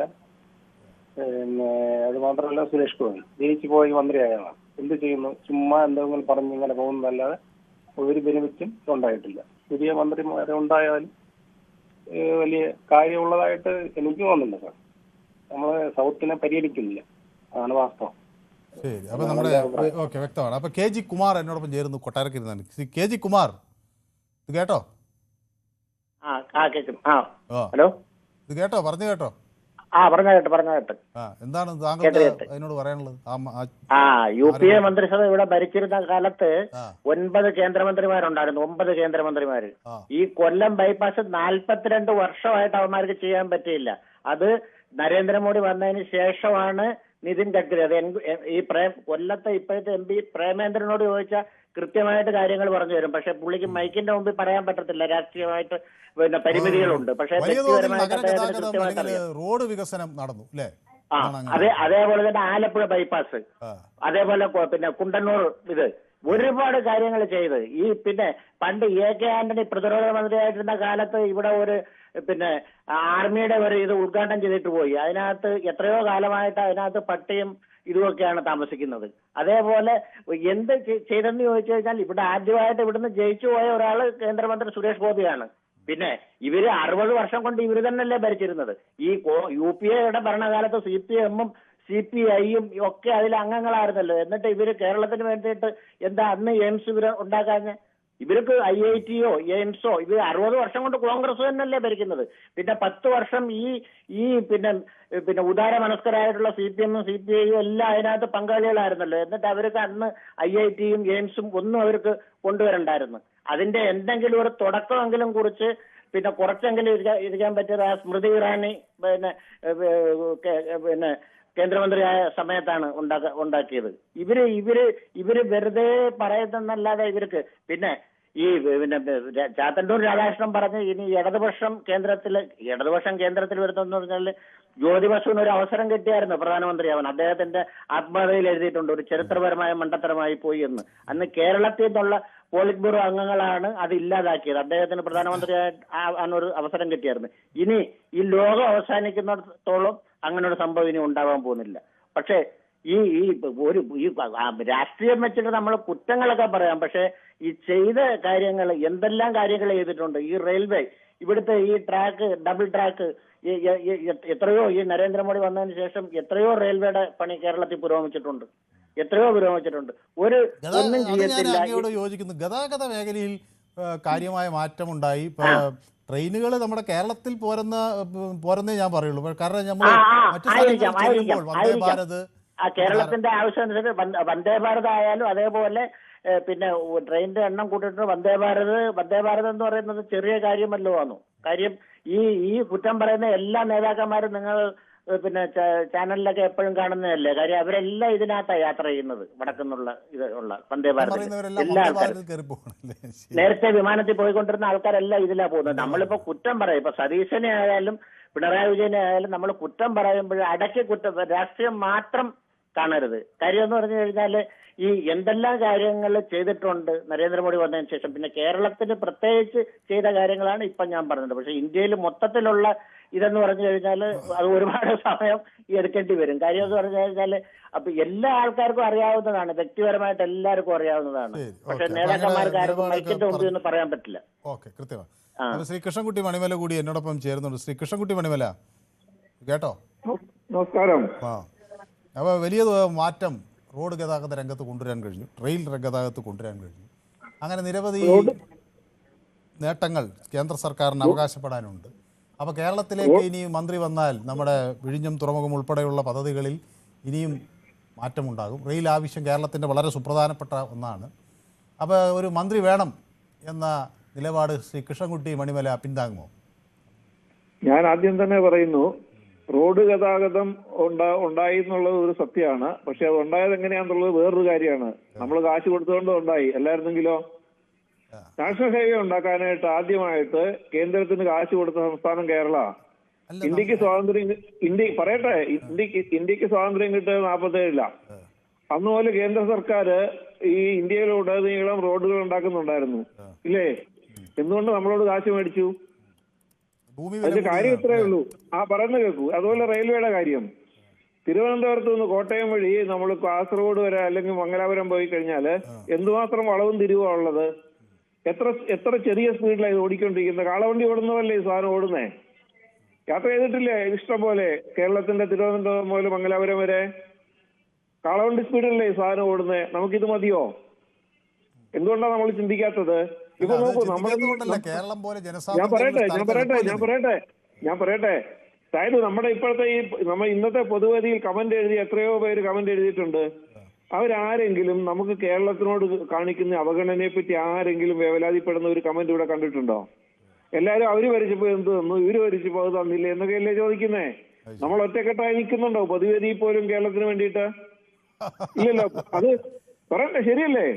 നമ്മൾ പൊതുവേദിയിൽ പോലും ഒറ്റക്കെട്ടായി കേരളത്തിന് വേണ്ടി നിൽക്കുന്നില്ല. കേരളത്തിന് വേണ്ടി നിൽക്കുന്നു. പക്ഷേ ഇത് ഒരു വിഭാഗം പ്രതീക്ഷിക്കുന്നു, ഒരു വിഭാഗം ഇത് കിട്ടുന്നില്ല എന്ന് പറയുന്നു. അല്ല, കിട്ടാത്തതിൽ സന്തോഷിക്കുന്നവരെ വരെയുണ്ട് ഈ കമന്റിനകത്ത്. സാധ്യതയില്ല. ഞാൻ കൂടുതൽ പറയുന്നില്ല അതിനെ പറ്റിട്ട്. നമ്മുടെ OV വിജയൻ ഉണ്ടല്ലോ, വലിയ എഴുത്തുകാരൻ, അദ്ദേഹം ഉപയോഗിച്ച ഒരു കൺസെപ്റ്റ് ഉണ്ട്. അതിന്റെ പേരാണ് ഹനുമാൻ സിൻഡ്രോം. ഈ ഹനുമാൻ സിൻഡ്രോം എന്ന് പറഞ്ഞാല് നമ്മുടെ രാമായണത്തിന്റെ ഭക്തരാണല്ലോ രാജ്യം ഭരിക്കുന്നത്. രാമായണം തുറന്നു വെച്ച് കഴിഞ്ഞാല് അയോധ്യയിൽ നിന്ന് താഴേക്ക് തെക്കോട്ട് പോയി കഴിഞ്ഞാൽ രാമായണത്തിൽ മനുഷ്യരെ കാണുന്ന ഒരു കഥയില്ല. അവിടെ ഉണ്ടോ? കാണുന്ന മുഴുവൻ കുരങ്ങന്മാരും വാനരന്മാരും ജടായുവും ഇങ്ങനെയുള്ള മനുഷ്യരല്ലാത്ത ജന്തുക്കളെ കാണുന്നു. ശബരി എന്ന് പറയുന്നത് സ്ത്രീ മാത്രമേ ഉള്ളൂ മനുഷ്യരായിട്ടുള്ള രാമായണത്തിൽ തെക്ക് വശത്ത് അയോധ്യക്ക് തെക്ക്. അത് അതിനെപ്പറ്റി ഒ വി വിജയൻ പറഞ്ഞിരിക്കുന്നത് എന്നാ നമ്മള് തെക്കേ ഇന്ത്യക്കാരെന്താ ചെയ്യുക? ഹനുമാനെയാണ് തെക്കേ ഇന്ത്യക്കാരായിട്ട് ഒ വി വിജയൻ പറഞ്ഞിരിക്കുന്നത്. ഒ വി വിജയൻ പറഞ്ഞേക്കുന്നത് നമ്മുടെ പിന്നെ ഹനുമാന്റെ കലണ്ടറിനകത്ത് ഹനുമാൻ ഇങ്ങനെ നെഞ്ച് തുറന്നു വെച്ചിട്ട് അതിനകത്ത് രാമനും സീത ഇരിക്കുന്ന പടമുണ്ട്. കണ്ടിട്ടുണ്ടോ അത്തരം കലണ്ടറുകള്? കണ്ടിട്ടുണ്ടോ അത്തരം കലണ്ടർ? അതൊക്കെ നമ്മുടെ നാട്ടിൽ കാണുന്നതാണ്.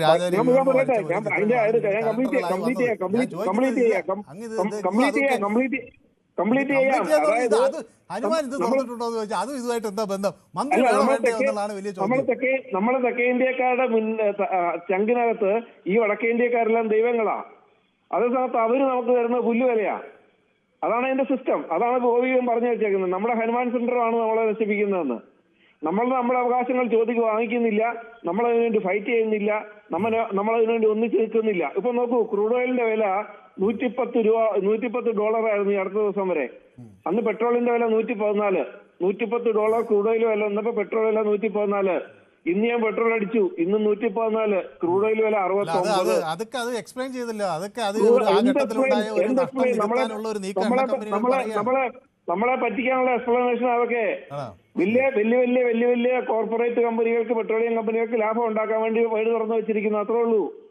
40% ക്രൂഡ് ഓയിലിന്റെ വില 40% കുറഞ്ഞിട്ട് ഒരു പൈസ കുറച്ചില്ല പെട്രോളിന് ഇതുവരെയായിട്ട്. നമ്മൾ മിണ്ടുന്നുണ്ടോ?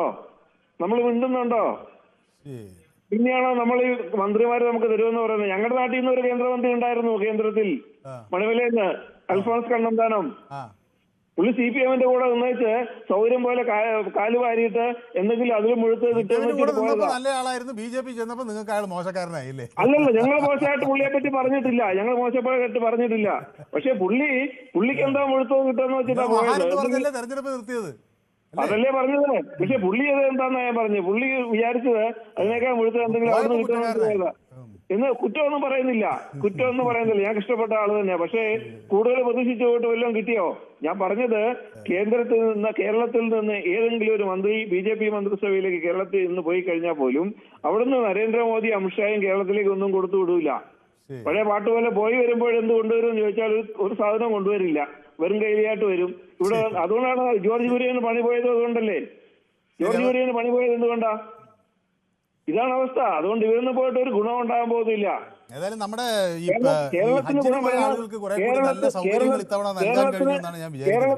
കേരളത്തിന് ഗുണം വരണമെന്നുണ്ടെങ്കിൽ ഇടതുപക്ഷ സ്വാധീനമുള്ള MP-മാര് ഇഷ്ടം പോലെ കേരളത്തിൽ നിന്ന് പോകണം.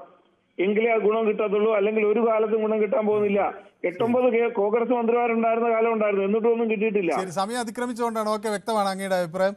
അപ്പൊ സതി ബാബുരാജ് എന്നോട് നമസ്കാരം Manu, maybe we get a minister, your coat and shirt is good, is same good looking, Manu keep it up എന്നൊക്കെ എന്നെ പുകഴ്ത്തുന്നുണ്ട്. സതി ബാബുരാജും KG കുമാറിനെ പിന്തുണയ്ക്കുന്നുണ്ട്, എന്നെയും പുകഴ്ത്തുന്നുണ്ട്. Okay, thank you so much. Shrimati Sabeena വരുന്നു. Variety of political speculations, why don't we expect an accepted personality from Kerala as union minister എന്ന് എന്നോട് ശ്രീമതി സെബീന സുൽഫി എന്നോട് ചോദിക്കുന്നുണ്ട്. അപ്പോൾ നിറയെ പ്രേക്ഷകരുടെ കമൻറ്റുകളൊന്നും എനിക്ക് വായിക്കാൻ പറ്റിയില്ല, അതൊക്കെ ദയവായി ക്ഷമിക്കണം. അപ്പോൾ ഞാൻ പക്ഷേ യൂട്യൂബിൽ പ്രേക്ഷകരുമായി ഈ വിഷയങ്ങൾ ചർച്ച ചെയ്തു. അപ്പോൾ ഞാൻ അവരോട് ചോദിച്ച ഒരു പ്രധാന ചോദ്യം, ഈ കേരളത്തിൽ ഒരു കൂടുതൽ മന്ത്രിമാരെ ഈ പുനഃസംഘടനയിൽ കിട്ടുമോ എന്ന് ചോദിക്കുമ്പോൾ 32% ആളുകൾക്ക് കേരളത്തിനെ ഇനി പരിഗണിക്കൂ എന്നൊരു പ്രതീക്ഷയുള്ള 68% ആളുകൾ അതിന് സാധ്യത കുറവാണ് എന്ന് പറയുന്നു. പക്ഷേ ഈ കേന്ദ്ര മന്ത്രിസഭയിൽ കേരളത്തിൽ നിന്നുള്ള ഒരാളുടെ സാന്നിധ്യം അതൊരു വെറും രാഷ്ട്രീയ പ്രതീകമായല്ല ഇവിടെ കാണേണ്ടത്. വെറും ഒരു രാഷ്ട്രീയ വിഷയം മാത്രമല്ല, അത് സംസ്ഥാനത്തിൻ്റെ വികസന ആവശ്യങ്ങൾ ദേശീയ തലത്തിൽ ശക്തമായി അവതരിപ്പിക്കുന്നതിനുള്ളൊരു അവസരമാണ്. അതുകൊണ്ട് തന്നെ കേരളത്തിന് ഡൽഹിയിൽ കൂടുതൽ ശക്തമായ ശബ്ദം ആവശ്യമാണ്. സംസ്ഥാനത്തിൻ്റെ ആവശ്യങ്ങൾ ഉന്നയിക്കാനും കൂടുതൽ കേന്ദ്ര സഹായം ഉറപ്പാക്കാനും ദേശീയ നയ രൂപീകരണത്തിൽ കേരളത്തിൻ്റെ താൽപ്പര്യങ്ങൾ സംരക്ഷിക്കാനും കഴിയുന്ന ഒരു പ്രാതിനിധ്യം കേരളത്തിന് വേണം. അത് ഞാനും പ്രതീക്ഷിക്കുകയാണ്. അപ്പോൾ ഇന്നത്തെ പൊതുവേദി ഇവിടെ സമാപിക്കുകയാണ്. നാളെ മറ്റൊരു വിഷയമായി വീണ്ടും കാണാം. നന്ദി, നമസ്കാരം.